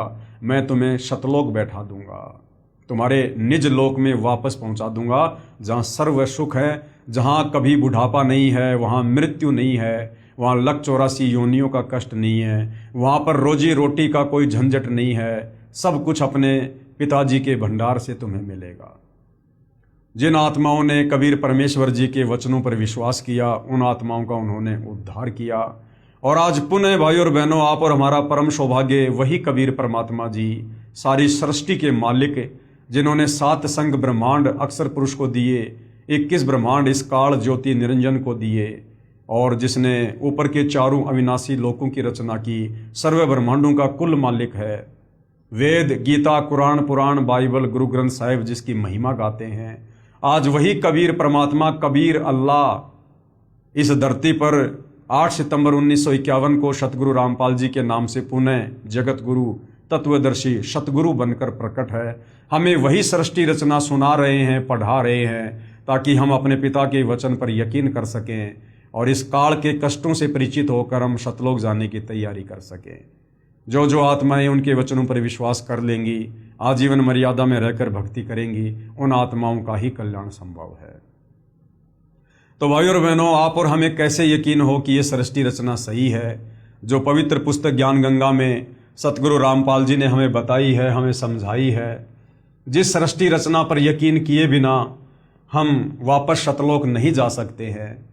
इसके लिए सतगुरु रामपाल जी ने इस पवित्र पुस्तक ज्ञान गंगा से हमारे को बहुत सारे धर्मशास्त्रों से प्रमाण दिए हैं। वेदों से हमारे को सृष्टि रचना को प्रमाणित करके दिखाया है। पवित्र श्रीमद् भगवत गीता जी से सृष्टि रचना को प्रमाणित करके दिखाया है। हमारे को ईसाइयों की बाइबल से, मुसलमानों की कुरान शरीफ से और अन्य जितने भी धार्मिक ग्रंथ हैं, उन सब से हमारे को प्रमाणित करके दिखाया है। बहुत सारे महापुरुष जिनको कबीर परमात्मा रह रहकर सतलोक से चलकर गति करके धरती पर प्रकट होकर जिनको जिंदा महात्मा के रूप में मिलते हैं। ये परमात्मा 4 युगों में आते हैं। सतयुग में सतसुकृत नाम से आए, त्रेता में मुनिंद्र नाम से आए, द्वापर में करुणा में ऋषि के नाम से आए, आज से 650 साल पहले कलयुग के प्रथम चरण में कबीर नाम से आए। रह रहकर परमेश्वर ने इसी सृष्टि रचना का ज्ञान दिया जो आज सर्व धर्मशास्त्र उसका समर्थन कर रहे हैं। तो भाई और बहनों, आदरणीय गरीबदास जी, धर्मदास जी, मलुकदास जी, नानक जी, गीसादास जी, बहुत सारे महापुरुष हैं जिनको कबीर परमात्मा सीधे सतलोक से चलकर पृथ्वी पर आकर मिले, उनको सृष्टि रचना समझाई, उनको नाम दीक्षा दी और उनकी आत्मा को शरीर से निकालकर सर्व ब्रह्मांडों की सैल करवाई, उनको सतलोक दिखाया और सर्व बातों से परिचित करवाया कि बच्चों तुम यहाँ रहा करते थे, सर्व प्राणी यहाँ रहा करते थे, तुम अपनी गलती के कारण आज वहाँ पर मृतलोक में काल के 21 ब्रह्मांडों में कष्ट भोग रहे हो। और उन महापुरुषों ने फिर कबीर परमेश्वर की रजा से, उनकी दया से और कलम तोड़ महिमा उस अमृत ज्ञान की अपने ग्रंथों के माध्यम से की है।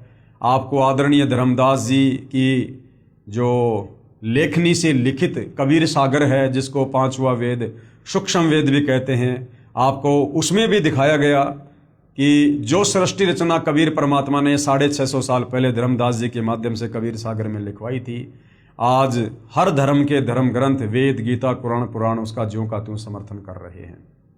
आदरणीय गरीबदास जी के सदग्रंथ साहिब से आपको वाणियाँ बताई गई सृष्टि रचना को लेकर, हमारे शास्त्र उसका ज्यों का त्यों समर्थन कर रहे हैं। तो भाई और बहनों, आप और हमें यकीन होना चाहिए, विश्वास हो जाना चाहिए कि आज वर्तमान में सतगुरु रामपाल जी जो बातें हमें सृष्टि रचना को लेकर बता रहे हैं, अध्यात्म को लेकर बता रहे हैं, भक्ति और भगवान को लेकर बता रहे हैं और सर्व धर्मशास्त्र उसका समर्थन कर रहे हैं, तो बात ज्यों की त्यों है। और यदि हमने काल के कहर से बाहर निकलना है, 21 ब्रह्मांडों के इस जन्म मरण के दीर्घ रोग से छुटकारा पाना है, लक 84 योनि के कष्टों से, नरक की यातनाओं से छुटकारा पाना है, तो हमने अपने गुरुदेव पर पूर्ण विश्वास करना होगा। उनकी भक्ति को हमने रुचि लेकर लगन के साथ समर्पित होकर मर्यादाओं में रहकर करनी पड़ेगी। और इसी जगत गुरु तत्वदर्शी सतगुरु रामपाल जी की रजा से, इनकी मेहरबानी से हम सतलोक जा सकते हैं। तो लास्ट में भाई और बहनों, एक महापुरुष और बच जाते हैं जो पंडित रामानंद जी के नाम से जाने जाते हैं, जिनका जन्म आज से लगभग 650 साल पहले हुआ, कबीर जी के समकालीन थे। और कबीर जी ने उस आत्मा को 650 साल पहले अपना मुंह बोला गुरु धारण किया था, गुरु शिष्य परंपरा को बनाए रखने के लिए। अन्यथा जगत गुरु कबीर जी को, सारी सृष्टि के मालिक को गुरु बनाने की कोई आवश्यकता नहीं है। तो भाई और बहनों, पंडित रामानंद जी ने किस प्रकार से कबीर परमेश्वर जी के द्वारा रची गई सृष्टि का समर्थन किया है और किस प्रकार से पंडित रामानंद जी को, जो चारों वेदों के, गीता जी के मर्मज्ञ ज्ञाता थे, संस्कृत के विद्वान थे, किस प्रकार से कबीर परमेश्वर जी ने मात्र 5 वर्ष की लीला में आयु में, जब पंडित रामानंद जी 104 वर्ष की उम्र में थे, और उनको अध्यात्म के विषय को लेकर किस प्रकार से उनको मात दी और पंडित जी को कबीर परमेश्वर के आगे नतमस्तक होना पड़ा, उनकी शरण में आना पड़ा। तो भाई और बहनों, आज हम पंडित रामानंद जी और कबीर परमेश्वर जी के विषय को लेकर कुछ जानकारियां प्राप्त करेंगे। ये पवित्र पुस्तक ज्ञान गंगा है, पेज नंबर है 82 और यहाँ पर आगे जो आज का टॉपिक है उसकी जो हेडलाइन है वो आप जियों के सामने है। कबीर प्रभु यानी कबीर परमात्मा, कबीर परमेश्वर द्वारा आदरणीय रामानंद जी के आश्रम में 2 रूप धारण करना। देखो भाई और बहनों, यहाँ पर स्वामी शब्द लिखा हुआ है। ये स्वामी शब्द इसलिए लिखा गया है क्योंकि कबीर परमेश्वर जी ने 650 साल पहले आदरणीय रामानंद जी को गुरु शिष्य परंपरा बनाए रखने के लिए, संसार में दिखावे के लिए और अपना गुरु धारण किया था। इसलिए वो अपने मुंह बोले गुरुदेव को स्वामी कहकर संबोधित किया करते थे। और गुरु केवल इसलिए धारण किया था भाई और बहनों कि इस पृथ्वी पर गुरु बनकर ही ज्ञान दिया जा सकता है, तो गुरु शिष्य परंपरा बनी रहे। अगर कबीर जी 650 साल पहले जो स्वयं जगत गुरु हैं, उनको गुरु की आवश्यकता नहीं, अगर वे गुरु ना बनाते और आज यदि सतगुरु रामपाल जी हमारे गुरु बनकर हमें ज्ञान देते और वही कबीर जी का ज्ञान बताते, तो ये नकली संत काल प्रेरणा से हमें भक्ति नहीं करने देते और हमें विचलित कर देते कि भक्ति करने के लिए गुरु बनाने की क्या आवश्यकता है। कबीर जी ने कौन सा 650 साल पहले गुरु बनाया था। इसलिए गुरु शिष्य परंपरा को बनाए रखने के लिए परमात्मा ने एक लीला की थी। तो कबीर परमेश्वर जी अपने शब्दों में अपने मुंह बोले गुरुदेव को स्वामी कह रहे हैं, जबकि आज वर्तमान में हमारे स्वामी, हमारे गुरु, हमारे परमात्मा सतगुरु रामपाल जी हैं। उनके अलावा यदि हम किसी को स्वामी कहकर संबोधित करेंगे तो भाई और बहनों, अध्यात्म की दृष्टि से ये उचित नहीं है। तो हम स्वामी की जगह श्री शब्द यूज करेंगे, आदरणीय शब्द यूज करेंगे, पंडित शब्द यूज करेंगे। कबीर परमात्मा द्वारा आदरणीय रामानंद जी के आश्रम में 2 रूप धारण करना। एक दिन आदरणीय रामानंद जी का कोई शिष्य कहीं पर सत्संग कर रहा था। कबीर साहिब वहां पर चले गए। वहां ऋषि जी श्री विष्णु पुराण की कथा सुना रहा था। वह कह रहा था कि भगवान विष्णु जी सारी सृष्टि के रचनहार हैं। जैसा पंडित रामानंद जी ने अपने शिष्यों को पाठ पढ़ाया था, क्योंकि वो विष्णु जी के उपासक थे, तो विष्णु जी की महिमा आगे उनके शिष्य किया करते थे, जगह जगह जाकर कथा सुनाया करते थे। तो ऐसा ही एक शिष्य विष्णु जी की कथा कर रहा था और कह रहा था कि श्री विष्णु जी ही सारी सृष्टि के रचनहार हैं, यही पालन करता हैं, यही राम और श्री कृष्ण रूप में अवतार आने वाली परम शक्ति हैं, ये अजन्मा हैं, श्री विष्णु जी के कोई माता पिता नहीं है। जबकि हमने सृष्टि रचना में पढ़ा कि ये काल और दुर्गा, ये ब्रह्मा विष्णु महेश के माता पिता हैं। इस काल ने दुर्गा के साथ पति पत्नी व्यवहार करके 3 पुत्रों की रचना की, ब्रह्मा विष्णु महेश की, अर्थात ब्रह्मा विष्णु महेश का जन्म हुआ है, इनकी मृत्यु होती है। पवित्र गीता जी अध्याय 14 श्लोक नंबर 3 और 4 इसके जो है ये प्रमाण है। कबीर ईश्वर यानी कबीर ईश्वर ने ये सारी चर्चा सुनी।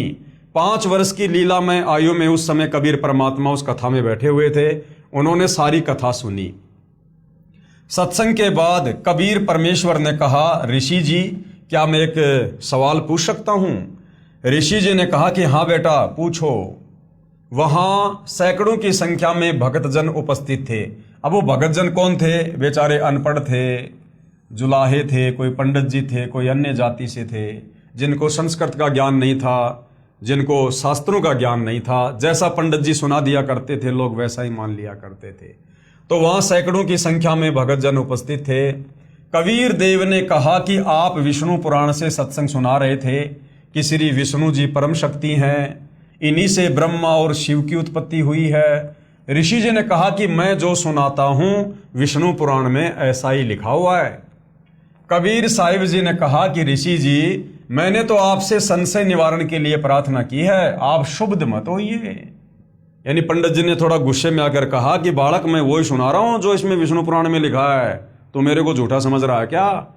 तो 5 वर्ष की लीला में आयु में कबीर परमात्मा ने कहा कि पंडित जी नाराज मत होइए, मैं तो आपसे सवाल कर रहा हूं। और कबीर परमात्मा ने कहा, एक दिन मैंने शिव पुराण सुना था, यानी आपके जैसा कोई पंडित था, शिव पुराण की कथा कर रहा था। उसमें वह महापुरुष सुना रहे थे कि भगवान शिव से विष्णु और ब्रह्मा की उत्पत्ति हुई है, और तुम कह रहे हो कि श्री विष्णु जी से ब्रह्मा और शिव की उत्पत्ति हुई। आप तो उल्टा बता रहे हो। और इस बात का जो प्रमाण है वो वर्तमान में कहां है भाई और बहनों? जो बातें कबीर परमात्मा ने पंडित रामानंद जी के शिष्य से पूछी थी, आज उसका प्रमाण कहां है? उसका प्रमाण श्री पवित्र शिव पुराण रुद्र संहिता अध्याय 6 तथा 7 में और गीता प्रेस गोरखपुर से प्रकाशित वो पुस्तक जो आज हम सभी के हाथों में है, देवी भागवत के 3रे स्कंद में लिखा है कि देवी यानी दुर्गा, देवी कौन? दुर्गा प्रकृति देवी। इन तीनों कौन? ब्रह्मा विष्णु शिव की मां है। और ये तीनों नाशवान हैं, ब्रह्मा विष्णु महेश तीनों नाशवान हैं, इनका जन्म और मृत्यु होती है, अविनाशी नहीं है, अर्थात ये अजरो अमर नहीं है। ऋषि जी निरुत्तर हो गए। अब जब ऋषि जी ने खोल कर देखा वो अध्याय सारा सब कुछ, तो ऋषि जी निरुत्तर हो गए, उनके पास कोई जवाब नहीं था। लेकिन भाई और बहनों, मान बढ़ाई ऐसा रोग है, आदमी जल्द से अपने हथियार डालता नहीं है। क्रोधित होकर बोला, तू कौन है? किसका पुत्र है? कबीर साहिब से पहले ही दूसरे भगतजन कहने लगे कि ये तो नीरू जुलाई का पुत्र है। स्वामी रामानंद जी का शिष्य कहने लगा कि तूने गले में कंठी कैसे डाल रखी है? वैष्णव साधु तुलसी की एक मणिये की माला गले में डालते हैं, उससे यह प्रमाणित होता है कि इन्होंने वैष्णव परंपरा से उपदेश ले रखा है। और उस समय वो कंठी माला केवल काशी में ब्राह्मण लोग ही धारण किया करते थे, क्योंकि पंडित रामानंद जी ब्राह्मणों के अलावा किसी को उपदेश नहीं दिया करते थे।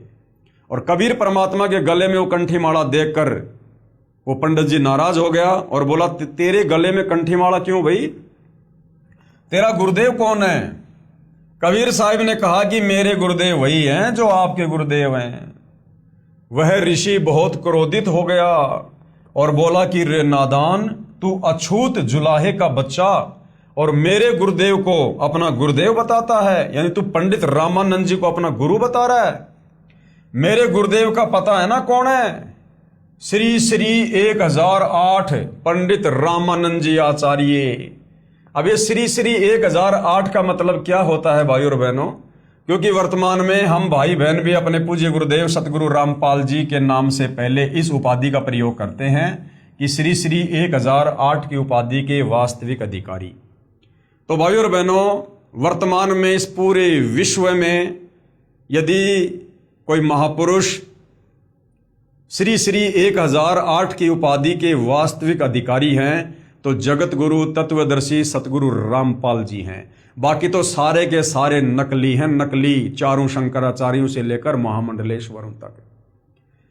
क्योंकि हिंदू दर्शन में श्री श्री 1008 की उपाधि उसको दी जाती है, उस महापुरुष को दी जाती है जो वास्तव में उस ब्रह्म से परिचित होता है, जो ब्रह्म ज्ञान से परिचित होता है, जो सर्व धर्म शास्त्रों से, वेदों से, गीता जी से भली भांति परिचित होता है।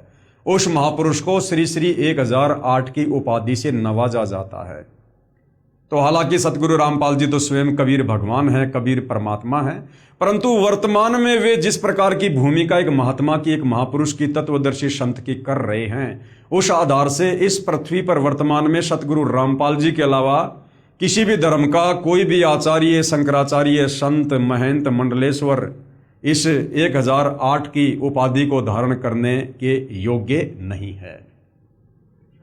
मेरे गुरुदेव का पता ना कौन है? श्री श्री 1008 पंडित रामानंद जी। क्योंकि उस समय पंडित रामानंद जी चारों वेदों के, गीता जी के 1 नंबर के विद्वान माने जाते थे। तू जुलाहे का बालक, वे तो तेरे जैसे अछूतों के दर्शन भी नहीं करते और तू कह रहा है कि मैंने उनसे नाम लिया है। देखो भाई भगत जनों, ये झूठा कपटी है। अभी गुरुदेव के पास जाऊंगा और उनसे तेरी सारी कहानी बताऊंगा। अब बाकी लोगों ने भी ये बात स्वीकार कर ली, क्योंकि बाकी सब लोगों को पता था कि पंडित रामानंद जी ब्राह्मणों के अलावा किसी को भी उपदेश नहीं देते हैं। तो छोटी जाति का बच्चा हमारे गुरुदेव की बेइज्जती करता है।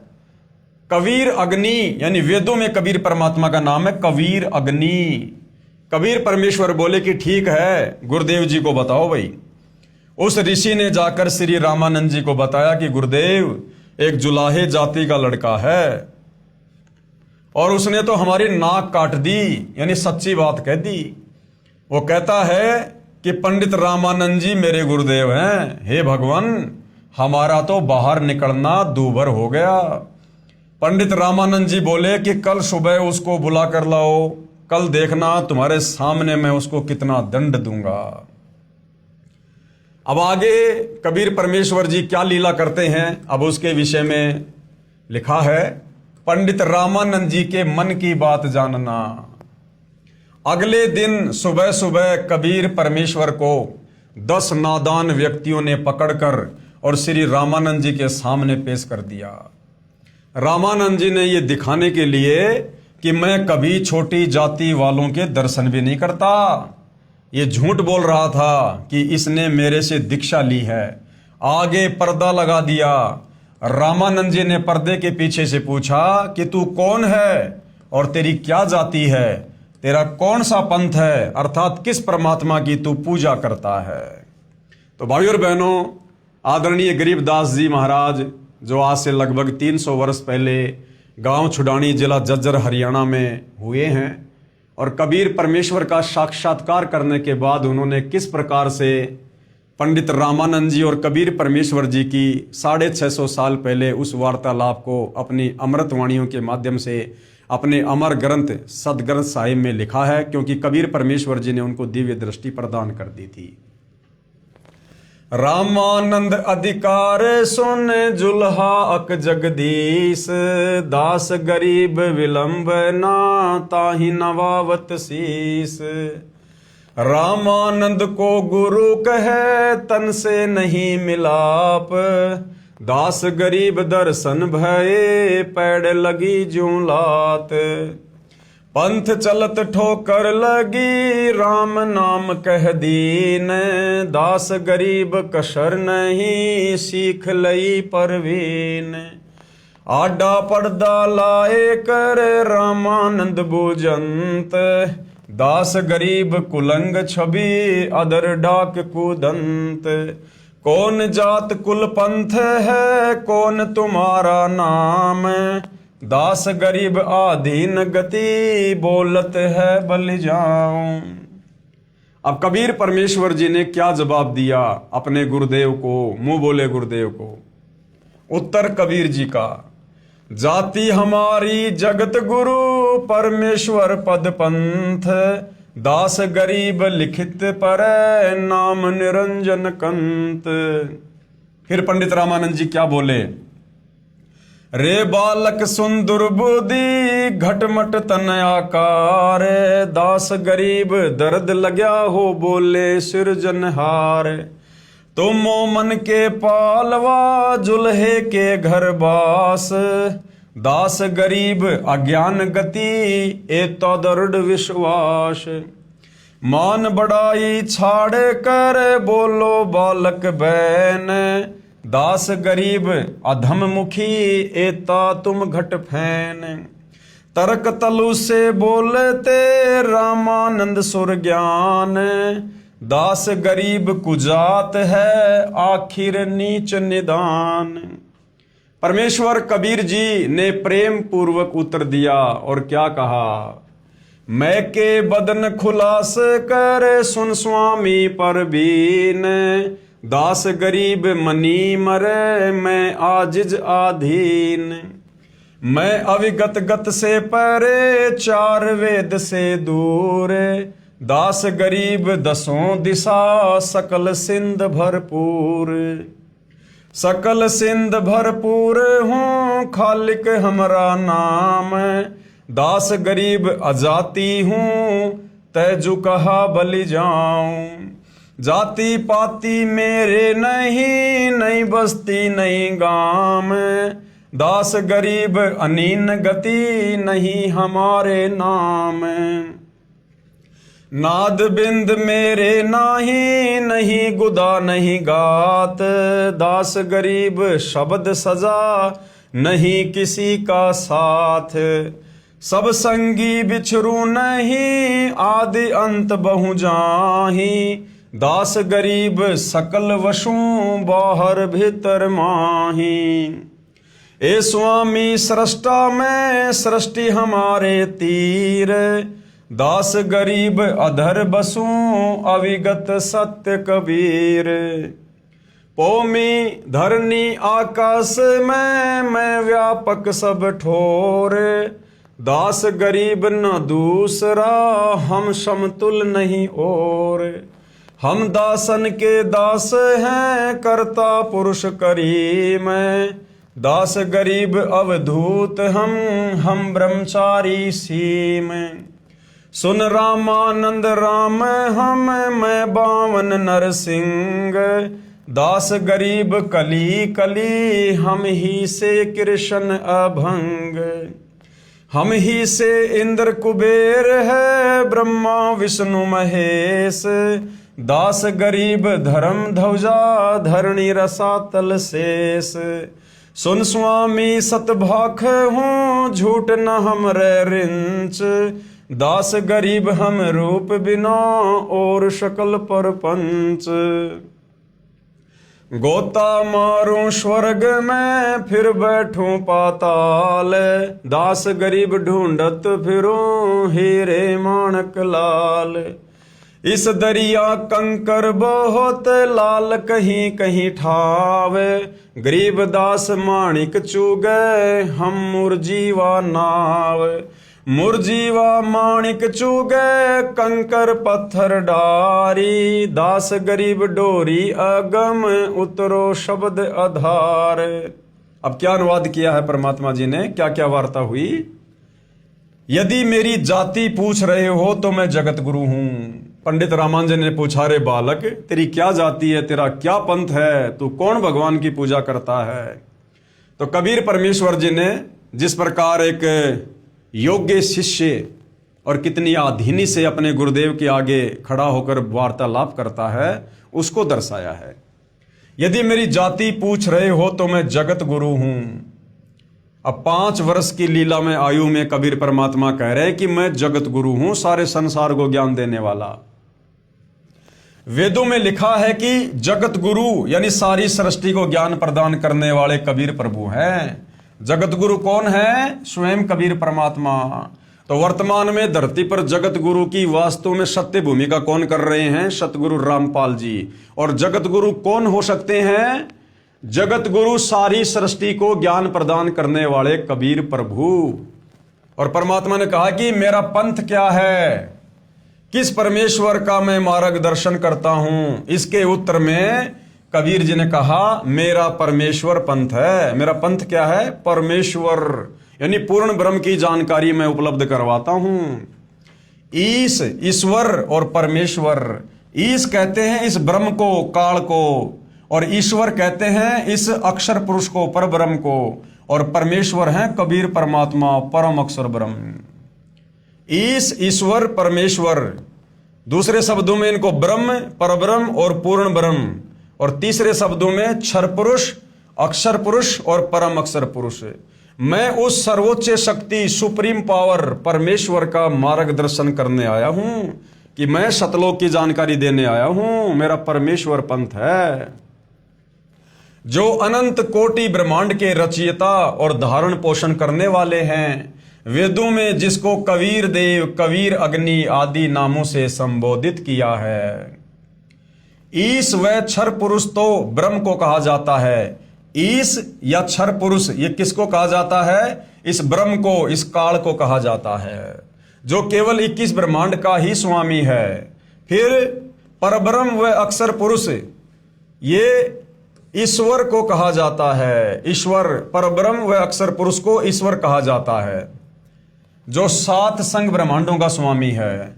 तथा परम अक्षर पुरुष को पूर्ण ब्रह्म व परमेश्वर कहा जाता है, जो असंख्य ब्रह्मांडों का स्वामी है, अर्थात कुल का मालिक है। और इसलिए कबीर जी ने श्री रामानंद जी से कहा कि मेरा पंथ परमेश्वर की प्राप्ति वाला है। गीता जी अध्याय 15 श्लोक नंबर 17 में लिखा है कि वास्तव में अविनाशी परमेश्वर तो कोई और ही है, और वही तीनों लोकों में प्रवेश करके सबका धारण पोषण करता है। कौन से तीनों लोकों में? ऊपर के जो लोक परमात्मा ने रचे थे 3 लोक, अजरो अविनाशी, अगम लोक, अलख लोक, शतलोक, उन लोकों में निवास करने वाली जितनी भी आत्माएं हैं उन सब का पालन पोषण कबीर परमात्मा ही करते हैं। तो ऊपर के तीनों लोकों को एक लोक की संज्ञा दी गई है। उसके बाद परब्रह्म के 7 संग ब्रह्मांडों को एक लोक की संज्ञा दी गई है। फिर इस काल ब्रह्म के 21 ब्रह्मांडों को भी एक लोक की संज्ञा दी गई है। इस प्रकार ये 3 लोक हैं, काल के 21 ब्रह्मांड, अक्षर पुरुष के 7 संग ब्रह्मांड और ऊपर के लोक। तो इन सभी लोकों में प्रवेश करके सबका पालन पोषण, सबका धारण पोषण वो कबीर परमात्मा ही करता है। और वही अविनाशी परमात्मा परमेश्वर इस नाम से जाना जाता है। वह परमेश्वर मैं ही हूं। अब पंडित रामानंद जी को कहा परमात्मा ने कि पंडित जी वो परमात्मा मैं ही हूं जो तीनों लोकों में प्रवेश करके सबका धारण पोषण करता है। इस बात को सुनकर पंडित रामानंद जी बहुत क्षुब्ध हो गए, नाराज हो गए कि ये 5 साल का धानक का लड़का और अपने आप को ये परमेश्वर कह रहा है। तथा कहा कि रे निकम्मे, तू छोटी जाति का और छोटा मुंह बड़ी बात है, तू अपने आप को भगवान कह रहा है, तू भगवान बन बैठा। बुरी गालियां भी दी। कबीर साहिब बोले, हे गुरुदेव आप मेरे गुरुजी हैं, आप मुझे गाली दे रहे हो तो भी मुझे आनंद आ रहा है। गुरु हमेशा शब्द की चोट मारता है, शब्द की चोट। क्योंकि कबीर परमात्मा जी लीला लीला में पंडित रामानंद जी को अपना गुरु धारण कर चुके थे, लेकिन पंडित रामानंद जी इस बात से बेखबर थे। इसलिए कबीर परमात्मा जी एक आधीन शिष्य बनकर कहने लगे कि हे गुरुदेव, आप मेरे गुरु हैं, आप मुझे गालियां दे रहे हो तो भी मुझे आनंद ही आ रहा है, लेकिन मैं जो आपको कह रहा हूं, मैं ज्यों का त्यों पूर्ण ब्रह्म ही हूं, इसमें कोई संशय नहीं है। इस बात को सुनकर रामानंद जी ने कहा कि ठहर जा, तेरी तो लंबी कहानी बनेगी, तू ऐसे नहीं मानेगा, मैं पहले अपनी पूजा कर लेता हूं। रामानंद जी ने कहा कि इसको बैठाओ, मैं पहले अपनी कुछ क्रिया रहती है वो कर लेता हूं, बाद में इससे निपटूंगा। अब पंडित रामानंद जी क्या क्रिया करते थे? भगवान विष्णु जी की एक काल्पनिक मूर्ति बनाते थे, अपने मन में काल्पनिक मूर्ति बनाते थे, मानसिक पूजा करते थे, वैसे मूर्ति पूजा नहीं करते थे। वो सामने मूर्ति या फोटो रखकर सामने मूर्ति दिखाई देने लग जाती थी, मन में सोचते थे। जैसे कर्मकांड करते हैं, भगवान की मूर्ति के पहले वाले सारे कपड़े उतार कर उसको जल से स्नान करवा कर फिर स्वच्छ कपड़े भगवान ठाकुर को पहनाकर गले में माला डालकर तिलक लगाकर मुकुट रख देते हैं। रामानंद जी कल्पना कर रहे थे, कल्पना करके भगवान की काल्पनिक मूर्ति बनाई, श्रद्धा से जैसे नंगे पैरों जाकर आप ही गंगा जल लाए हों, ऐसी अपनी भावना बनाकर ठाकुर जी की मूर्ति के कपड़े उतारे, फिर स्नान करवाया तथा नए वस्त्र पहना दिए, तिलक लगा दिया, मुकुट रख दिया और माला यानी कंठी डालनी भूल गए। यदि कंठी न डाले तो पूजा अधूरी, और मुकुट रख दिया तो दोबारा उसे उतारा नहीं जा सकता, वरना पूजा खंडित मानी जाती। यदि उसी दिन मुकुट उतार दें तो पूजा खंडित मानी जाती है। पंडित रामानंद जी अपने आप को कोस रहे हैं कि इतना जीवन हो गया, मेरा कभी भी ऐसी गलती जिंदगी में नहीं बनी, लेकिन वो गलती उस दिन जानबूझकर कबीर परमात्मा ने पंडित रामानंद जी से करवाई। प्रभु यानी हे भगवान, आज क्या गलती बन गई मुझ पापी से? यदि मुकुट उतारूं तो पूजा खंडित। उसने सोचा कि चल मुकुट के ऊपर से कंठी माला डालकर देखता हूं। अपनी कल्पना से कर रहे हैं, कोई सामने मूर्ति नहीं और पर्दा लगा है, कबीर साहिब दूसरी तरफ बैठे हैं, मुकुट में माला फंस गई, आगे नहीं जा रही थी। तब रामानंद जी ने सोचा अब क्या करूं, हे भगवान, आज तो मेरा सारा दिन ही व्यर्थ गया, आज की मेरी भक्ति कमाई व्यर्थ गई, क्योंकि जिसको परमात्मा की कसक होती है उसका एक नित्य नियम भी रह जाए तो उसको दर्द बहुत होता है। जैसे इंसान की जेब कट जाए और फिर बहुत पश्चाताप करता है, ऐसे ही प्रभु के सच्चे भक्तों को इतनी लगन होती है। यानी ये पहचान बताई गुरुदेव भगवान ने, यदि किसी दिन भगत के मंत्र पूरे ना हो पाए या तीनों समय की आरती में से कोई आरती छूट जाए तो भगत को बड़ा दुख होता है, और यदि दुख नहीं हो रहा है इसका मतलब भगत भक्ति को सीरियस नहीं ले रहा है। इतने में कबीर साहब ने कहा कि स्वामी जी माला की गुंडी खोलो और गले में डाल दो। अब बीच में पर्दा लगा हुआ है, सामने कोई मूर्ति नहीं है, पंडित जी मन में खाली कल्पना कर रहे थे, और 5 वर्ष की लीला में आयु में कबीर परमात्मा बाहर खड़े होकर कह रहे हैं कि पंडित जी चिंता मत करो, आप ऐसा करो, ये जो माला मुकुट में अटक गई है ना, आप इसकी पीछे से गांठ खोलो और गांठ खोल के फिर ठाकुर जी के गले में डाल दो, आपको मुकुट भी नहीं उतारना पड़ेगा और आपकी पूजा भी खंडित नहीं होगी। इतने में कबीर साहब ने कहा कि स्वामी जी माला की गुंडी खोलो और गले में डाल दो, फिर गांठ लगा दो, मुकुट उतारना ही नहीं पड़ेगा। अब रामानंद जी काहे के मुकुट उतारे था, काहे की गांठ खोले था। कुटिया के सामने लगा पर्दा भी पंडित रामानंद जी ने अपने हाथ से फेंक दिया और सारे ब्राह्मण समाज के सामने उस कबीर परमेश्वर को सीने से लगा लिया, ये सोचकर कि भाई ये तो भगवान है, भगवान नहीं तो भगवान का कोई विशेष कोई कृपा पात्र है, कोई देव पुरुष है जिसने मेरी मन की बात को जान लिया। रामानंद जी ने कहा कि हे भगवान, आपका तो इतना कोमल शरीर है। जैसे ही रामानंद जी ने कबीर परमेश्वर जी को बाहों में लिया तो कबीर परमात्मा जी का रूई जैसा कोमल शरीर, क्योंकि परमेश्वर का शरीर पंच तत्व से बना नहीं होता है, जैसे रूई हो, और मेरा तो पत्थर जैसा शरीर है। एक तरफ तो भगवान खड़े हैं और एक तरफ जाति और धर्म की दीवार है। प्रभु चाहने वाली पुण्यात्माएं धर्म की बनावटी दीवार को तोड़ना उत्तम समझती हैं। वैसा ही पंडित रामानंद जी ने किया। सामने पूर्ण परमात्मा को पाकर ना जाति देखी, ना धर्म देखा, न छुआछात, केवल आत्म कल्याण देखा। इसको वास्तव में ब्राह्मण कहते हैं, पंडित कहते हैं, ज्ञानी कहते हैं। बोलत रामानंद जी हम गड़बड़ा सुकाल, गरीब दास पूजा करे मुकुट फही जदमाल। सेवा करो संभाल कर सुन स्वामी सुर ज्ञान, गरीब दास सिर मुकुट धर माला अटकी जान। स्वामी घुंडी खोल कर फिर माला गड़ डार, गरीब दास इस भजन को जानत है करतार। डोडी पर्दा दूर कर लिया कंठ लगाए, गरीब दास गुजरी बहुत बदन बदन मिलाए। गरीबदास जी कह रहे हैं जिस समय पंडित रामानंद जी ने कबीर परमात्मा को जो दानक के घर में जुलाई की भूमिका कर रहे थे, उस समय छुआछात अपने चरम पर थी। पंडित लोग इन जुलाहों को छुआ भी नहीं करते थे और अपने सर्व शिष्यों के सामने और हजारों की संख्या में लोगों के सामने जब पंडित रामानंद जी ने कबीर परमात्मा को सीने से लगाया, अपनी बाहों में भर लिया, तो उस समय उनके ऊपर बीत तो बहुत बुरी रही थी कि समाज क्या कहेगा कि पंडित रामानंद जी जो अछूतों को छुआ भी नहीं करते थे और आज इस दानक के बेटे को अपनी बाहों में भर रहे हैं। ये समाज क्या कहेगा, मेरे शिष्य क्या कहेंगे। लेकिन परमात्मा कहते हैं जिसको भगवान चाहिए वो धर्म और जातियों की जंजीरों को तोड़ डालता है। पंडित रामानंद जी ने कहा, हे कबीर प्रभु आपने झूठ क्यों बोला?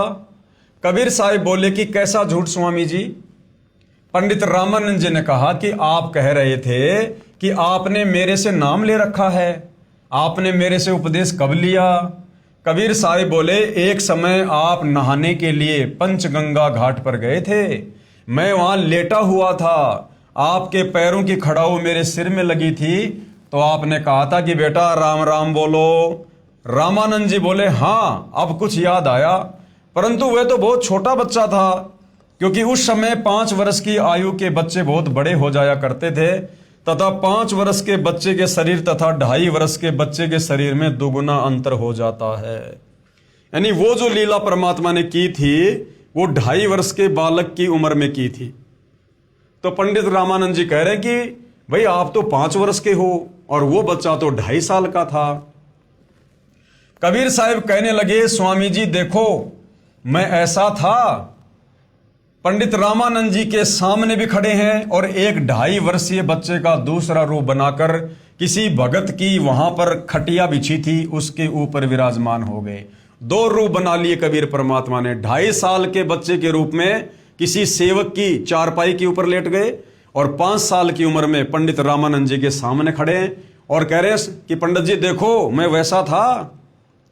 अब रामानंद जी ने 6 बार तो उधर देखा और 6 बार इधर देखा, फिर आंखें मलमल कर देखा कि कहीं तेरी आंखें धोखा तो नहीं खा रही हैं। इस प्रकार देख ही रहे थे कि इतने में कबीर साहिब का छोटे वाला रूप उठा और कबीर साहिब के बड़े 5 वर्ष वाले स्वरूप में समा गया। 5 वर्ष वाले स्वरूप में कबीर साहिब अकेले रह गए। मन की पूजा तुम लखी मुकुट माल परवेश, गरीब दास गति कौन लखे कौन वर्ण क्या भेष। ये तो तुम शिक्षा दई मान लई मन मोर, गरीब दास कोमल पुरुष हमरा बदन कठोर। तब रामानंद जी बोले कि मेरा संशय मिट गया। हे परमेश्वर आपको कैसे पहचान सकते हैं? आप किस जाति में तथा वेशभूषा में खड़े हो? हम नादान प्राणी आपके साथ वाद विवाद करके दोषी हो गए। क्षमा करना पूर्ण परमेश्वर कबीर देव, मैं आपका अनजान बच्चा हूं। अब आगे और क्या लीला हुई भाइयों और बहनों। पंडित रामानंद जी को सतलोक के दर्शन करवाना। कबीर परमात्मा ने पंडित रामानंद जी को सतलोक दिखाया, सतलोक के दर्शन करवाए ताकि उनको यकीन हो। सुन बच्चा मैं स्वर्ग की कैसे छोड़ूं रीति, गरीब दास गुदरी लगी जन्म जात है बीती। जब कबीर परमात्मा समझाने लगे कि पंडित जी ये विष्णु जी की भक्ति जन्म और मरण के अंतर्गत है, पूर्ण मुक्ति नहीं है, तो पंडित जी कहने लगे कि बच्चा, क्योंकि उस समय तक पूर्ण ज्ञान उनको नहीं था, ना सतलोक के दर्शन किए थे, तो कहने लगे कि कबीर जी मैंने तो पूरी जिंदगी विष्णु जी की भक्ति में गुजार दी, अब मेरा क्या बनेगा? आप कह रहे हो कि वहाँ की भक्ति पूर्ण नहीं है, विष्णु जी की भक्ति से मुक्ति नहीं है, फिर संसार में आना पड़ेगा, जन्म लेना पड़ेगा, फिर बुढ़ापे का कष्ट, फिर मरण का कष्ट, फिर लक 84। तो मेरी तो पूरी जिंदगी बीत गई विष्णु की भक्ति करते करते, अब मेरा क्या होगा? चार मुक्ति बैकुंठ में जिनकी मोरे चाहा, गरीबदास घर अगम की कैसे पाऊं था। हेम रूप जहाँ धरणी है रत्न जड़े बो शोभ, गरीबदास बैकुंठ को तन मन हमरा लोभ। यानी स्वर्ग लोक की महिमा विष्णु जी बताने लगे कबीर जी को। शंख चक्र गदा पद्म है मोहन मदन मुरारी, गरीबदास मुरली बजे सुर्ग लोक दरबारी। दूधों की नदियां बह गए श्वेत वृक्ष शुभान, गरीबदास मंदल मुक्ति सुरगापुर स्थान। रतन जड़ाऊ मनुष्य हैं गण गंधर्व सब देव, गरीबदास उस धाम की कैसे छाड़ू सेव। ऋग यजु श्याम अथर्वण गावे चारों वेद, गरीबदास घर अगम की कैसे जानो भेद। चार मुक्ति चितवन लगी कैसे बचूं ताही, गरीबदास गुप्तार गति हमको द्यो समझाए। स्वर्ग लोक बैकुंठ है यहाँ से पर ना और, गरीबदास सठ शास्त्र चार वेद की दौर। चार वेद गावे तीसे सुर नर मुनि मिलाप, गरीबदास धुरपोर जिस मिट गए तीनों ताप। प्रहलाद गए जिस लोक को सुरगापुरी समूल, गरीबदास हरि भक्ति की मैं वंचित हूँ धूल। यानी विष्णु लोक की महिमा बता रहे हैं पंडित जी तत्व ज्ञान के अभाव में कबीर परमात्मा को, कि जहाँ दुरु गए, जहाँ प्रहलाद गए, जिनकी महिमा चारों वेद गा रहे हैं, जिस विष्णु के लोक में दूधों की नदियां बहती है, जहाँ पर रत्न जड़ाऊ मनुष्य हैं, गण गंधर्व हैं, वहाँ की धरती श्वेत है। बिंद्रावन गए तिस लोक को सुरगापुरी समूल, गरीबदास उस मुक्ति को कैसे जाऊं भूल। नारद ब्रह्मा तिसरट गावे शेष महेश, गरीबदास बैकुंठ से और परे को देश। सहस 88 जिस जप और 33 सेव, गरीबदास जहाँ से परे और कौन है देव। यानी विष्णु से बढ़कर और कौन देवता है, विष्णु लोक से बढ़कर और कौन सा धाम है। ऐसी ऐसी बातें पंडित रामानंद जी कबीर परमात्मा को बता रहे हैं, जो उन्होंने चारों वेदों को पढ़कर, गीता जी को पढ़कर जैसा उन्होंने समझा। सुन स्वामी निज मूल गति कहीं समझाऊं तो ही, गरीबदास भगवान को राख्या जगत समोही। तीन लोक के जीव सब विषयवास भरमाए, गरीबदास हमको जप तिसको धाम दिखाए। जो देखेगा धाम को सो जानत है मुझ, गरीबदास तो से कहूँ सुन गायत्री गुज। कृष्ण विष्णु भगवान को जड़ाए हैं जीव, गरीबदास त्रिलोक में काल कर्म सिर सीव। सुन स्वामी तो से कहूँ अगम दीप की सैल, कि स्वामी मैं तुझे शतलोक की बातें बताता हूँ। गरीबदास पूठे परे पुस्तक लाद बैल, कि उस शतलोक की महिमा तुम्हारे इन चारों वेदों में नहीं है, गीता में नहीं है। पोहमी धरणी आकाश थंब चलसी चद्दर सूर, गरीबदास रज बीरज की कहाँ रहेगी धूर। तारायण त्रिलोक सब चलसी इंद्र कुबेर, गरीबदास सब जात है स्वर्ग पाताल सुमेर। कि ये तो एक दिन सब नष्ट होगा, सारे लोक नष्ट होंगे ये। चार मुक्ति बैकुंठ बट फना हुआ कई बार, गरीबदास अल्प रूप मग क्या जाने संसार। कहो स्वामी कित रहोगे चौथा भुवन बिहंड, गरीबदास बीजक कहा चलत प्राण और पिंड। सुन स्वामी एक शक्ति है अर्धंगी ओंकार, गरीबदास बीजक तहाँ अनंत लोक सिंहार। जैसे का तैसा है परलोफना प्राण, गरीबदास उस शक्ति को बार बार कुर्बान। कोटि इंद्र ब्रह्मा जहाँ कोटि कृष्ण कैलाश, गरीबदास शिव कोटि है करो कौन की आश। कोटि विष्णु जहाँ बसत हैं उस शक्ति के धाम, गरीबदास गुल बहुत हैं अलफ बसत निकाम।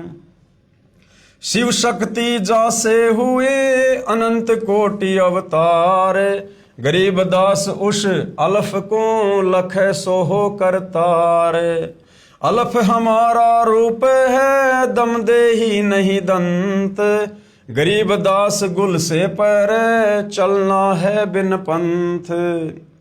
बिना पंथ उस कंत के धाम चलन है मोर, गरीबदास गति ना किसी शंख सुरग पर डोर। शंख सुरग पर हम बसें सुन स्वामी आसैन, गरीबदास हम अल्लफ हैं यो गुल फोकट फैन। जोते कैया सो में लैया बिन देखे नहीं धीज, गरीबदास स्वामी कहे कहाँ अलफ वो बीज। अब पंडित रामानंद जी कहने लगे कि आप जो शतलोक की महिमा बता रहे हो, जो विष्णु लोक से भी करोड़ों गुना ज्यादा सुंदर है, अजरो अमर है, कहते उसको देखे बिना मुझे कैसे विश्वास हो। जो तय कैया सो में लैया, जो आपने बताया मैंने सुन लिया, बिन देखे नहीं धीज, बिना देखे मुझे शांति नहीं हो सकती। अनंत कोटि ब्रह्मांड फण अनंत कोटि उद्गार, गरीबदास स्वामी कहें कहाँ अलफ दीदार। हम बेहद कहीं ना कहीं थरपी ठोर, गरीबदास निज ब्रह्म की कौन धाम वह पोर। चल स्वामी सर पर चले गंग तीर सुन ज्ञान, गरीबदास बैकुंठ बट कोटि कोटि घट ध्यान। तहाँ कोटि बैकुंठ है नक सरवर संगीत, गरीबदास स्वामी सुने जात अनंत जुग बीत। प्राण पिंडपुर में दसों गए रामानंद कोटि, गरीबदास सर सुरग में रहो शब्द की ओट। ता वहां चित चक्रित भया देखी फजल दरबार, गरीबदास सिजदा किया हम पाए दीदार।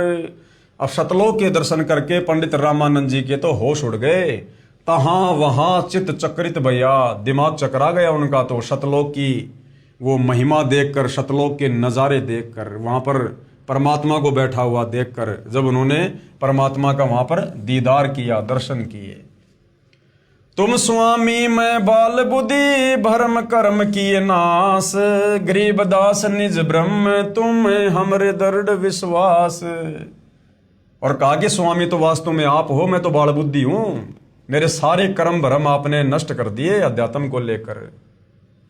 सुन बे सुन से तुम परे उर से हमरे तीर, गरीबदास सरभंग में अविगत पुरुष कबीर। कोटि कोटि सिजदा करे कोटि कोटि प्रणाम, गरीबदास अनहद अधर हम पर से तुम धाम। सुन स्वामी एक गल्ले मुझे तिल तारी पल तोरी, गरीबदास सर गगन में सूरज अनंत करोरी। शहर अमान अनंतपुर रिम जिम होए, गरीबदास उस नगर का मर्म न जाने कोई। सुन स्वामी कैसे लखो कह समझाऊं तो ही, गरीबदास बिन पर उड़े तन मन शीस न होए। रवनपुरी एक चक्कर है तहां धंजे बाए, गरीबदास जीते जन्म या कूले तो समाए। आसन पद्म लगाए कर भिरंगनाद को खींच, गरीबदास अचवन कर देवदत्त को ऐंच। काली उनकूली ने रंग जाके दो फुन धार, गरीबदास कूरम्ब सिर तास कर उद्गार। जिसमें लाल गुलाल रंग तीनी गिर है नभ पेंच, गरीबदास व नागनी को होने न देव रेच। कुंभक रेचक सब कर उन करत उद्गार, गरीबदास उस नागनी को जीते कोई खिलार। कुंभ भरे रेचक भरे फिर टूटत है पौन, गरीबदास गगन मंडल नहीं होत है रोन।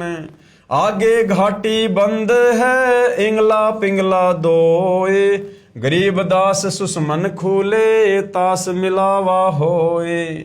ज्यों का त्यों ही बैठे रहो तज आसन सब जोग, गरीबदास पल बीच पद सर्व शैल सब भोग।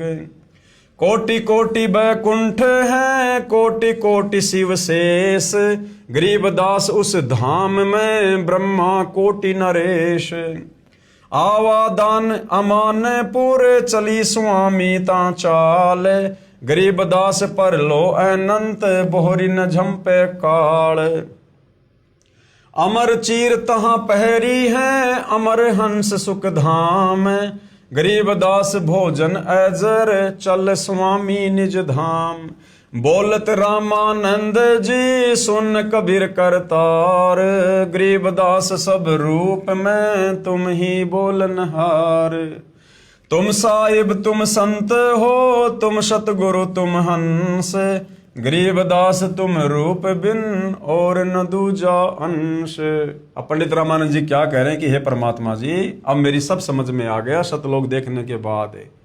तुम साहिब परमात्मा भी तुम ही हो, और संत यानी एक भगत की भूमिका भी तुम ही करते हो जो वर्तमान में कर रहे हो, और सतगुरु भी तुम ही हो, और एक अच्छे हंस एक अच्छे भगत की भूमिका भी तुम ही करते हो।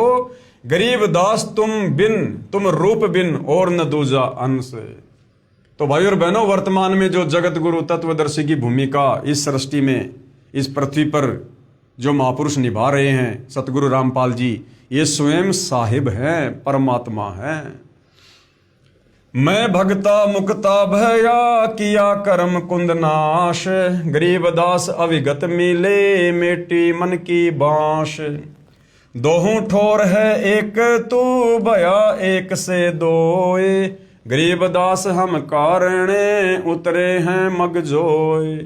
गोष्ठी रामानंद से काशी नगर मंझारे, गरीबदास जिंद पीर के हम पाए दीदार।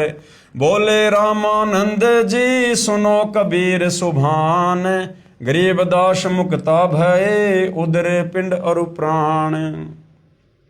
अब इन वाणियों का संक्षेप में गुरुदेव भगवान ने सरलार्थ किया है।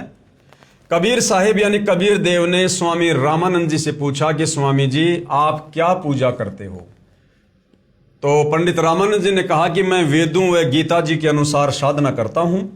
कबीर साहब ने पूछा कि वेदों व गीता के आधार से साधना करके किस लोक में जाओगे? तो पंडित रामानंद जी ने कहा स्वर्ग में जाऊंगा। कबीर परमेश्वर ने पूछा स्वर्ग में क्या करोगे दाता? तो पंडित रामानंद जी ने कहा कि वहां पर बहुत प्यारे भगवान विष्णु जी हैं, उनके दर्शन किया करूंगा, और वहां पर दूधों की नदी है, वहां कोई चिंता नहीं है, कोई फिक्र नहीं है, मैं वहां आनंद से रहूंगा। कबीर परमेश्वर ने पूछा कि स्वामी जी कितने दिन रहोगे स्वर्ग में? विद्वान पुरुष थे पंडित जी, उनको ज्ञान था, 2 ही मिनट में समझ गए। स्वामी जी बोले मेरी जितनी भक्ति की कमाई होगी तब तक रहूंगा भाई। कबीर साहब ने पूछा फिर कहां जाओगे? रामानंद जी ने कहा ना जाने कर्म आधार पर कहां तथा किस योनि में जन्म होगा, यानी गधा भी बनूंगा, कुत्ता भी बनूंगा, नरक में भी जाऊंगा। कबीर साहिब ने कहा ये क्या साधना? ये क्या भक्ति हुई फिर आपकी? आज आप भक्ति में जी जान लगा रहे हो और उसके बाद कह रहे हो कि मैं लक 84 में जाऊंगा, गधा कुत्ता भी बनूंगा। तो क्या साधना कर रहे हो फिर आप? कबीर साहब ने कहा कि ये क्या साधना? तो स्वामी जी आपने असंख्यों बार की है, ऐसी साधना तो आपने असंख्यों बार की है।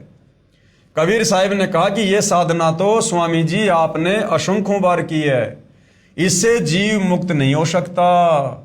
आप श्री विष्णु जी की साधना करके स्वर्गलोक में जाना चाहते हो।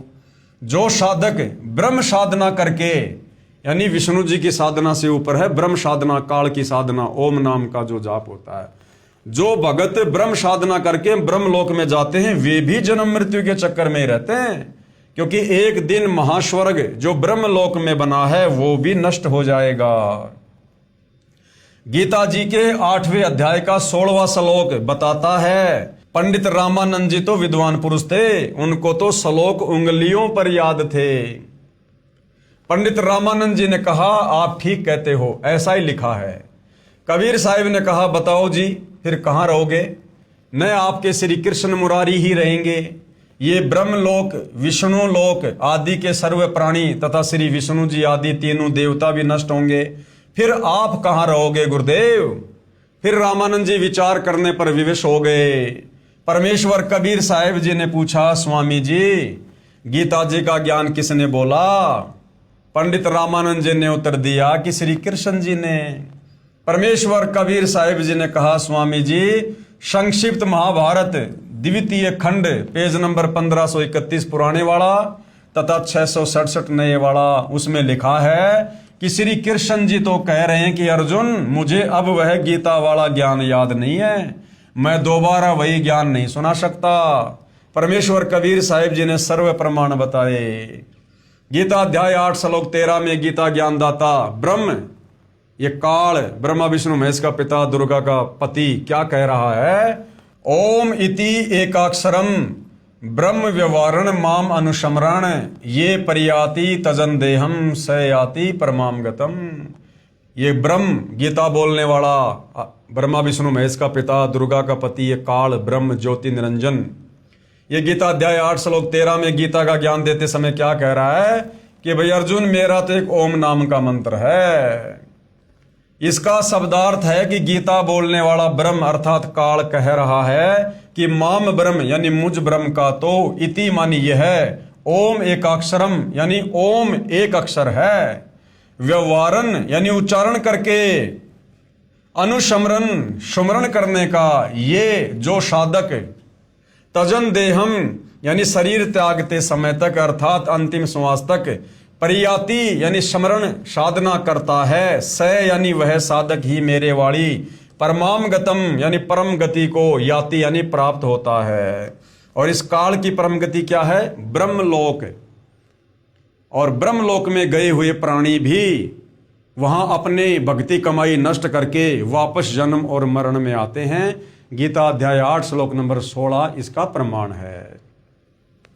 भावार्थ है कि श्री कृष्ण जी के शरीर में प्रेतवत प्रवेश करके ब्रह्म अर्थात 1000 भुजा वाला ज्योति निरंजन काल कह रहा है कि मुझ ब्रह्म की साधना केवल एक ओम नाम से मृत्यु पर्यंत करने वाले भगत को मुझसे मिलने वाला लाभ प्राप्त होता है, अन्य कोई मंत्र मेरी भक्ति का नहीं है।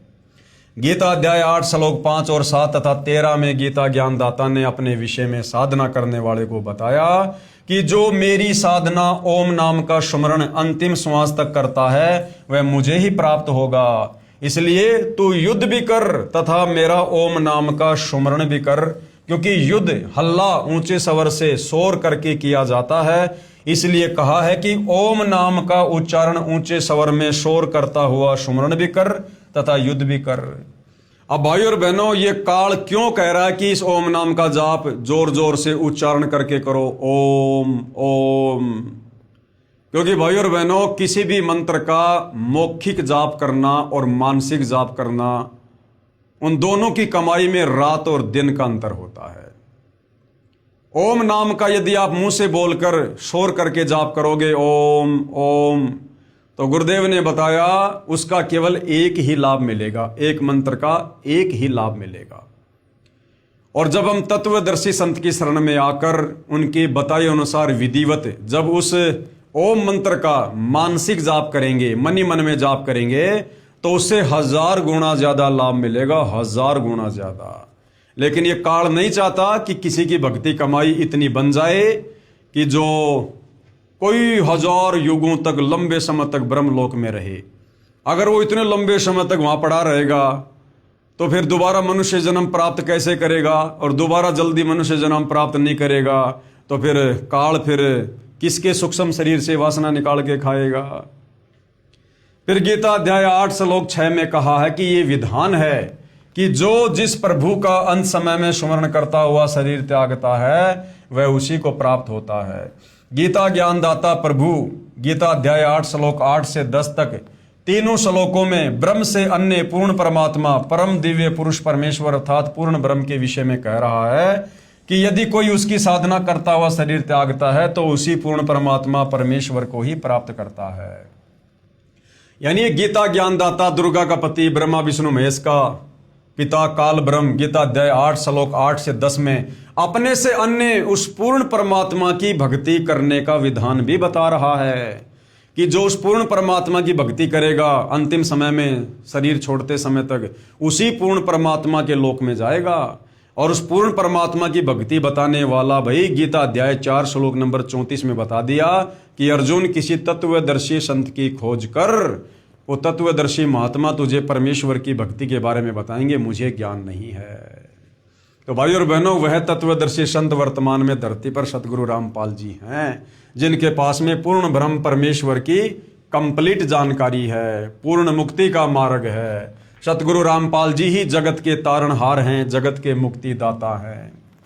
उसी से पूर्ण मोक्ष तथा शतलोक प्राप्ति तथा परम शांति प्राप्त होगी। इसलिए उस परमेश्वर की शरण में जा। गीता अध्याय 18 श्लोक 62 और 66 तथा गीता अध्याय 15 श्लोक 4, मैं गीता ज्ञानदाता ब्रह्म भी इसी की शरण में हूं। पूरा हिंदू समाज जिस गीता का ज्ञान देने वाले को भगवान मानता है, परमात्मा मानता है, वो गीता का ज्ञान देने वाला खुद कह रहा है कि भैया परमात्मा तो कोई और है, जहां जाने के बाद फिर कोई कष्ट नहीं, कोई जन्म मरण नहीं। और खुद कह रहा है कि नादान दुनिया वालों, मेरी क्या भक्ति करते हो तुम, मेरा तो ओम नाम है, मैं ब्रह्म हूं, ब्रह्म लोक में रहता हूं, मेरी भक्ति करके फिर लक 84 में जाओगे, जन्म मरण में रहोगे, गधे कुत्ते बनोगे। और खुद कह रहा है कि मैं खुद उस परमपिता परमेश्वर की शरण में हूं, वो मेरा भी इष्ट देव है, तो उसी की भक्ति करनी चाहिए। गीता अध्याय 18 श्लोक 62-66, अध्याय 15 श्लोक 4 में गीता ज्ञानदाता ये ब्रह्मा विष्णु महेश का पिता दुर्गा का पति खुद कह रहा है कि मैं भी इसी की शरण हूं। रामानंद जी ने सभी प्रमाणों को आंखों देखकर दांतों तले उंगली दबाई, क्योंकि वो तो गीता जी को उंगलियों पर याद किए हुए थे, तथा सत्य को स्वीकार किया। कहा कि बच्चा, बात तो शास्त्रों की तू सही बता रहा है, जो सत्य है हमारे को किसी ने ऐसा ज्ञान ही नहीं दिया, हम क्या करें। कबीर साहिब ने बताया कि पवित्र गीता जी में ही लिखा है 8वें अध्याय का 8, 9 और 10 श्लोक तथा अध्याय नंबर 18 का श्लोक नंबर 62 पढ़कर देखो। पवित्र गीता जी व पवित्र वेदों को बोलने वाला ब्रह्म ये काल श्री कृष्ण जी में प्रेत की भांति प्रवेश करके कह रहा है कि उस परमात्मा की शरण में जा अर्जुन, तेरा फिर मरण नहीं होगा। गीता का ज्ञान देने वाला भगवान, जिसको हिंदू समाज अपना परमात्मा कहता है, वो तो खुद अर्जुन को कह रहा कि अर्जुन तू उस परमात्मा की शरण में जा, वहीं तेरा कल्याण होगा। उसके लिए अध्याय नंबर 4 का श्लोक नंबर 34, उन संतों को खोजो, अर्थात तत्वदर्शी संत की खोज करो जो उस परमात्मा के परम तत्व को जानने वाले हों। तो भाई वो तत्वदर्शी संत वर्तमान में धरती पर सतगुरु रामपाल जी हैं। विलंब इनसे उपदेश लेकर अपनी आत्मा के कल्याण की दिशा में आगे बढ़ो। उस तत्वदर्शी संत को यानी उनको दंड प्रणाम करो, विनम्र व निष्कपट भाव से उनका सत्कार करो। जब वे तत्वदर्शी संत प्रसन्न हो जाएं, फिर उनसे दीक्षा नाम मांगो, फिर तेरा पुनर्जन्म व मरण नहीं होगा, यानी वो तेरी पूर्ण मुक्ति कर देगा, तुझे परम धाम सतलोक में भेज देगा। पवित्र गीता अध्याय 15 मंत्र 1 से 4 में कहा है कि यह उल्टा लटका हुआ संसार रूपी वृक्ष है, ऊपर को मूल तो आदि पुरुष अर्थात सनातन परमात्मा है, नीचे को तीनों गुण रजगुण ब्रह्मा, सतगुण विष्णु, तमगुण शिव रूपी शाखाएं हैं। इस पूर्ण संसार रूपी वृक्ष अर्थात पूर्ण सृष्टि रचना को मैं ब्रह्म काल नहीं जानता। ये विचार काल में, यहाँ विचार काल में अर्थात गीता जी के ज्ञान में आपको मैं पूर्ण ज्ञान नहीं दे सकता। उसके लिए किसी तत्वदर्शी संत की खोज कर। गीता अध्याय 4 मंत्र 34। फिर वह आपको सर्व सृष्टि की रचना का ज्ञान तथा सर्व प्रभुओं की स्थिति सही बताएगा। तो वो सृष्टि रचना भाई और बहनों इस पवित्र पुस्तक ज्ञान गंगा में, जिस पर वीडियो बन चुके हैं, आप जी देख लेना। कंप्लीट ज्ञान सृष्टि रचना का सर्व शास्त्रों से प्रमाणित करके सतगुरु रामपाल जी ने दे दिया है। तो गीता जी अध्याय 4 श्लोक नंबर 34 में जिस तत्वदर्शी संत की बात कही है गीता ज्ञान दाता के द्वारा, वह तत्वदर्शी संत वर्तमान में सतगुरु रामपाल जी हैं। उसके पश्चात उस परम पद परमेश्वर की खोज करनी चाहिए जिसमें गए साधक का फिर जन्म मृत्यु नहीं होता, अर्थात पूर्ण मोक्ष हो जाता है। जिस परमेश्वर ने संसार रूपी वृक्ष अर्थात सर्व ब्रह्मांडों की रचना की है, मैं यानी ब्रह्म काल भी उस परमेश्वर की ही शरण में हूं, यानी मैं भी उसी का ध्यान करता हूं। इसलिए उस परमेश्वर की पूजा करो। पंडित रामानंद जी बोले कि लिखा तो ऐसा ही है बच्चा, बिल्कुल यो ही है, लेकिन ये सतलोक ने तो किसी से सुना, जिस कारण अब मेरा मन विश्वास नहीं कर रहा कि वह सत्य होगा। कबीर साहब ने पूछा कि आप कैसे साधना करते हो? पंडित रामानंद जी बोले कि मैंने सारे शरीर को साध रखा है। योग अभ्यास के साथ मैं अंदर कमलों में से गुजरकर त्रिकुटी यानी त्रिवेणी तक पहुंच जाता हूं। कबीर साहब बोले कि आप एक बार त्रिवेणी तक पहुंचो। जब रामानंद जी समाधिस्थ हुए, क्योंकि उनका तो प्रतिदिन का अभ्यास था, त्रिवेणी पर जाकर 3 रास्ते हो जाते हैं। प्रत्येक ब्रह्मांड में बने ब्रह्मलोक में प्रवेश करते ही 3 रास्ते हो जाते हैं। इसी प्रकार 20 ब्रह्मांडों के पार 21वें ब्रह्मांड में भी यही व्यवस्था है। एक रास्ता सामने ब्रह्मलोक में बने 3 गुप्त स्थानों को जाता है, जहां पर ज्योति निरंजन यानी इस काल ने 3 रूप बनाकर रहता है। सामने का ब्रह्मरंध्र तुम्हारे इस नाम से नहीं खुलेगा। कबीर परमात्मा ने कहा कि पंडित जी तेरे ओम नाम से ये ब्रह्मरंध्र नहीं खुलेगा, ये ब्रह्मरंध्र भी सतनाम से खुलेगा, क्योंकि ये ब्रह्मरंध्र वो रास्ता है जहां से हम सतलोक जाते हैं। कबीर साहब ने श्वास के द्वारा अपना सतनाम उच्चारण किया, सामने का द्वार खुल गया। कबीर साहब ने कहा कि अब आपको काल भगवान दिखाता हूं। अब तेरे विष्णु से ऊपर जो काल भगवान है ना, जिसको तुम निराकार निराकार कहा करते थे, तुझे वो दिखाता हूं। वो ब्रह्म जिसने श्री कृष्ण के शरीर में प्रवेश करके और गीता जी का ज्ञान बोला था, जिसको आप निराकार कहते हो, जो गीता में कहता है कि मैं सबको खाऊंगा, जिसने अटल प्रतिज्ञा कर रखी है मैं किसी को अपने काल रूप में दर्शन नहीं दूंगा। तो पंडित जी अब मैं आपको उस काल के दर्शन करवाता हूं। अर्जुन, मैं कभी किसी को दर्शन नहीं देता, मैं कभी किसी के सामने प्रत्यक्ष नहीं होता। कबीर साहब ने कहा कि अब आपके समक्ष उस काल को दिखाता हूं। पहले तो एक ब्रह्मांड में बने ब्रह्मलोक में गुप्त स्थानों पर दिखाया, ब्रह्मा विष्णु व शिव रूप धारण किए था। फिर ब्रह्मलोक को पार करने के द्वार से निकलकर 21वें ब्रह्मांड में ले गए। ब्रह्मलोक से आगे जाने वाले रास्ते को भी, जो जटा कुंडली सरोवर के ऊपर है, अपनी नजरों में रखता है कि कोई निकल ना जाए। 21 ब्रह्मांड का जो अंतिम लोक आता है वह काल ब्रह्म क्षर पुरुष का अपना स्थान है। वहां पर वह उसी भयंकर रूप में बैठा है, काल रूप में, जो इसका असली रूप है। कबीर साहब ने कहा देखो वो बैठा तुम्हारा निराकार भगवान, जिसको तुम निराकार कहते हो। क्योंकि योगियों ने वेदों के आधार पर ओम नाम से साधनाएं की, परमात्मा तो मिला नहीं, सिद्धियां आ गई, स्वर्ग चले गए, महास्वर्ग गए, फिर पशु बन गए। इसलिए प्रभु को सभी ने निराकार मान रखा है कि वह दिखाई नहीं देता। और वेदों में लिखा है कि भगवान आकार में है। जब काल के पास पहुंचे तो कबीर साहिब ने अपना सार नाम के साथ सतनाम उच्चारण किया। उसी समय काल का सिर नीचे झुक गया। काल के सिर के ऊपर वह द्वार है जहां से सतलोक जाया जाता है तथा परब्रह्म के लोक में प्रवेश होते हैं। उसके बाद एक भंवर गुफा शुरू होती है। एक भंवर गुफा काल के लोक में भी है। काल के सिर पर पैर रखकर कबीर जी के हंस निर्विकारी साधक ऊपर जाते हैं। ये काल उसकी पौड़ी का काम करता है, यानी सीढ़ी का काम करता है। परब्रह्म के लोक को पार करके कबीर साहब श्री रामानंद जी की आत्मा को सतलोक ले गए। वहां पर भी एक भंवर गुफा है। सतलोक में जाकर श्री रामानंद जी ने देखा कि कबीर साहब कबीर देव अपने वास्तविक रूप में बैठे हैं, अपने वास्तविक तेजोमय रूप में सतलोक के सिंहासन पर बैठे हैं कबीर परमात्मा। वहां पर कबीर साहब का इतना तेज है कि एक रोमकूप में जैसे करोड़ों सूर्य और करोड़ों चंद्रमाओं की जो मिली जुली रोशनी परंतु गर्मी ना हो, उससे भी अधिक है। कबीर साहब वहां जाकर अपने ही दूसरे स्वरूप के ऊपर चवर करने लगे, यानी बालक रूप में कबीर परमात्मा अपने सतलोक के सिंहासन वाले स्वरूप पर चवर करने लगे।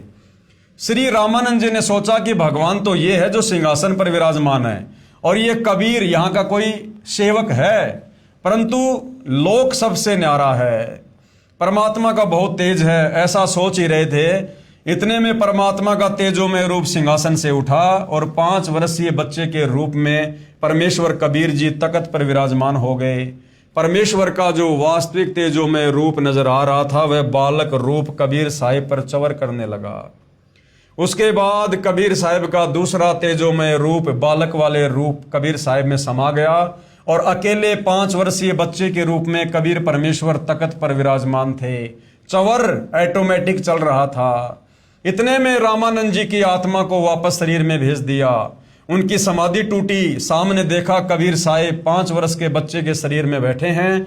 तब स्वामी रामानंद जी ने कहा, यानी सतलोक में इस अद्भुत लीला को देखकर परमात्मा को स्वयं असंख्य ब्रह्मांडों के सिंहासन पर बैठा हुआ देखकर फिर पंडित रामानंद जी ने क्या कहा, जिस वाणी को आदरणीय गरीबदास जी ने अपनी अमृत वाणी में लिखा है। ता वहां चित चक्रित भया देखी फजल दरबार, गरीबदास सिजदा किया हम पाए दीदार। सतलोक में असंख्य ब्रह्मांडों के सिंहासन पर 5 वर्षीय बालक को जो परमात्मा लीलामय आयु में 5 वर्ष की उम्र में लीला कर रहे थे, जब पंडित रामानंद जी ने सतलोक में सिंहासन पर बैठा हुआ देखा तेजोमय शरीर में, और जब वापस परमात्मा ने पंडित रामानंद जी की आत्मा को शरीर में भेजा और देखा कि सामने वही बालक खड़ा हुआ है, तो पंडित रामानंद जी क्या कह रहे हैं, तहां वहां चित चक्रित भैया, यानी सतलोक के वो नजारे देखकर, वो लोक देखकर, परमात्मा का तेजोमय रूप देखकर मेरी तो बुद्धि चक्रित हो गई। देख फजल दरबार, परमात्मा के दरबार को देखकर, और गरीबदास सिजदा किया। पंडित जी ने 5 वर्ष की लीलामय उम्र में कबीर परमेश्वर को सिजदा किया, दंडवत किया और कहा कि हम पाए दीदार, हमने तो सतलोक में आपके वास्तविक जो है रूप के दीदार कर लिए। तुम स्वामी मैं बाल बुद्धि भरम कर्म किए नाश, गरीबदास निज ब्रह्म तुम हमरे दृढ़ विश्वास, कि अब मुझे पक्का विश्वास हो गया आप ही परमात्मा हो। सुन बेसुन से तुम परे उर से हमरे तीर, गरीबदास सरभंग में अविगत पुरुष कबीर। कोटि कोटि सिजदा करे कोटि कोटि प्रणाम, गरीबदास अनहद अधर हम पर से तुम धाम। बोलत रामानंद जी सुन कबीर करतार, गरीबदास सब रूप में तुम ही बोलनहार। तुम साहिब तुम संत हो तुम सतगुरु तुम हंस, गरीबदास तुम रूप बिन और न दूजा अंश। मैं भगता मुक्ता भया किया कर्म कुंद नाश, गरीबदास अविगत मिले मेटी मन की बांश। दो ठोर है एक तू भया एक से दोए, गरीबदास हम कारण उतरे हैं मगजोए। बोलत रामानंद जी सुन कबीर करतार, गरीबदास सब रूप में तुम ही बोलनहार। पंडित रामानंद जी ने कहा कि हे परमेश्वर, हे कबीर परमात्मा, हे कबीर करतार, सर्व सृष्टि के रचनहार, आप ही सर्वव्यापक हैं, सर्वंग परमात्मा हैं, पूर्ण परमेश्वर हैं। दहू ठोड़ है एक तू, दोनों जगह आप ही हो। यहां धरती पर भी आप लीला कर रहे हो, सतलोक में भी आप बैठे हो। और भया एक से दो, गरीबदास हम कारणे तुम आए हो मगजो, सतलोक से यात्रा करके तुम हमारे कारण आए हो यहाँ। हमें वापस सतलोक ले जाने के लिए। हे परमेश्वर कबीर, आप दोनों जगह सतलोक में तथा मेरे समक्ष आप ही हो। एक से दो रूप बनाकर हम तुच्छ जीवों के लिए यहां पर आए हो। मैं भगता मुक्ता भया और कर्म कुंद भय नाश, गरीब दास अविगत मिले, मिट गई मन की बांश। मेरा सारा संशय समाप्त हो गया। रामानंद जी 104 वर्षीय महापुरुष और 5 वर्षीय बच्चे कबीर परमेश्वर को कह रहे हैं कि मैं आपका दास मुक्त हो गया और मेरे मन की भ्रमणा भटकना समाप्त हो गई। मुझे परमात्मा के वास्तविक स्वरूप का दर्शन हो गया। हे पूर्ण परमात्मा कबीर साहेब, कबीर देव, चारों पवित्र वेद व पवित्र गीता जी आप ही का गुणगान कर रहे हैं। स्वयं कबीर देव कबीर परमेश्वर ने भी कहा है कि वेद हमारा भेद है, मैं ना वेदन के माही, जिस वेद से मैं मिलूं वेद जानते नाही। भावार्थ है कि चारों पवित्र वेदों में ज्ञान पूर्ण परमात्मा का ही है, परंतु पूजा की विधि केवल ब्रह्म काल तक की है।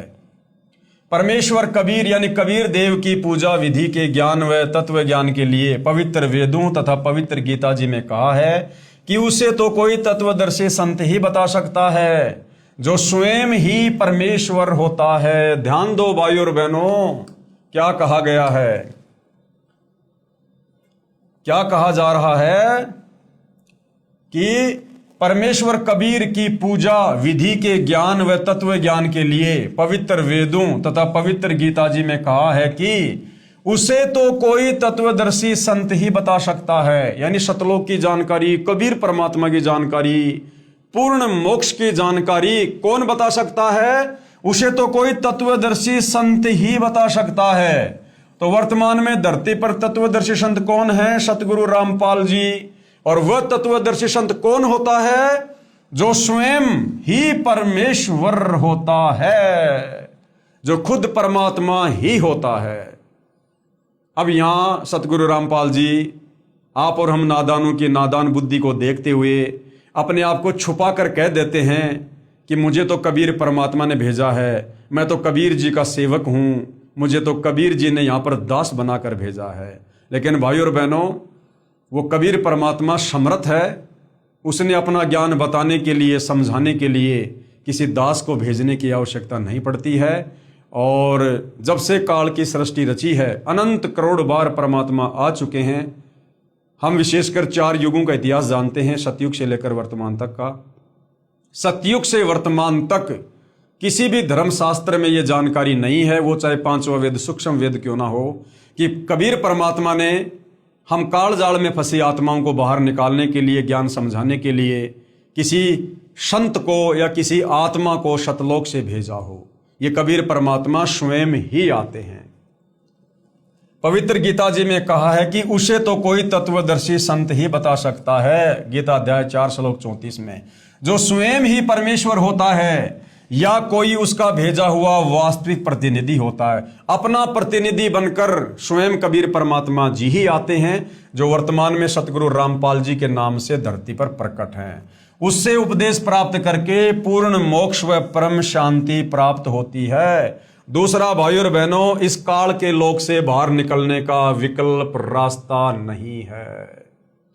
तो भाई और बहनों, ये आप और हमारे विश्वास के लिए पूज्य गुरुदेव सतगुरु रामपाल जी ने, जो स्वयं कबीर भगवान हैं, कबीर परमात्मा हैं, इतने प्रमाण आप और हमें दिए जा रहे हैं ताकि हमें विश्वास हो कि हाँ, ये सृष्टि रचना परम सत्य है जो बताई जा रही है। ये कोई बच्चों का खेल नहीं है, कोई बच्चों की बात नहीं है ये।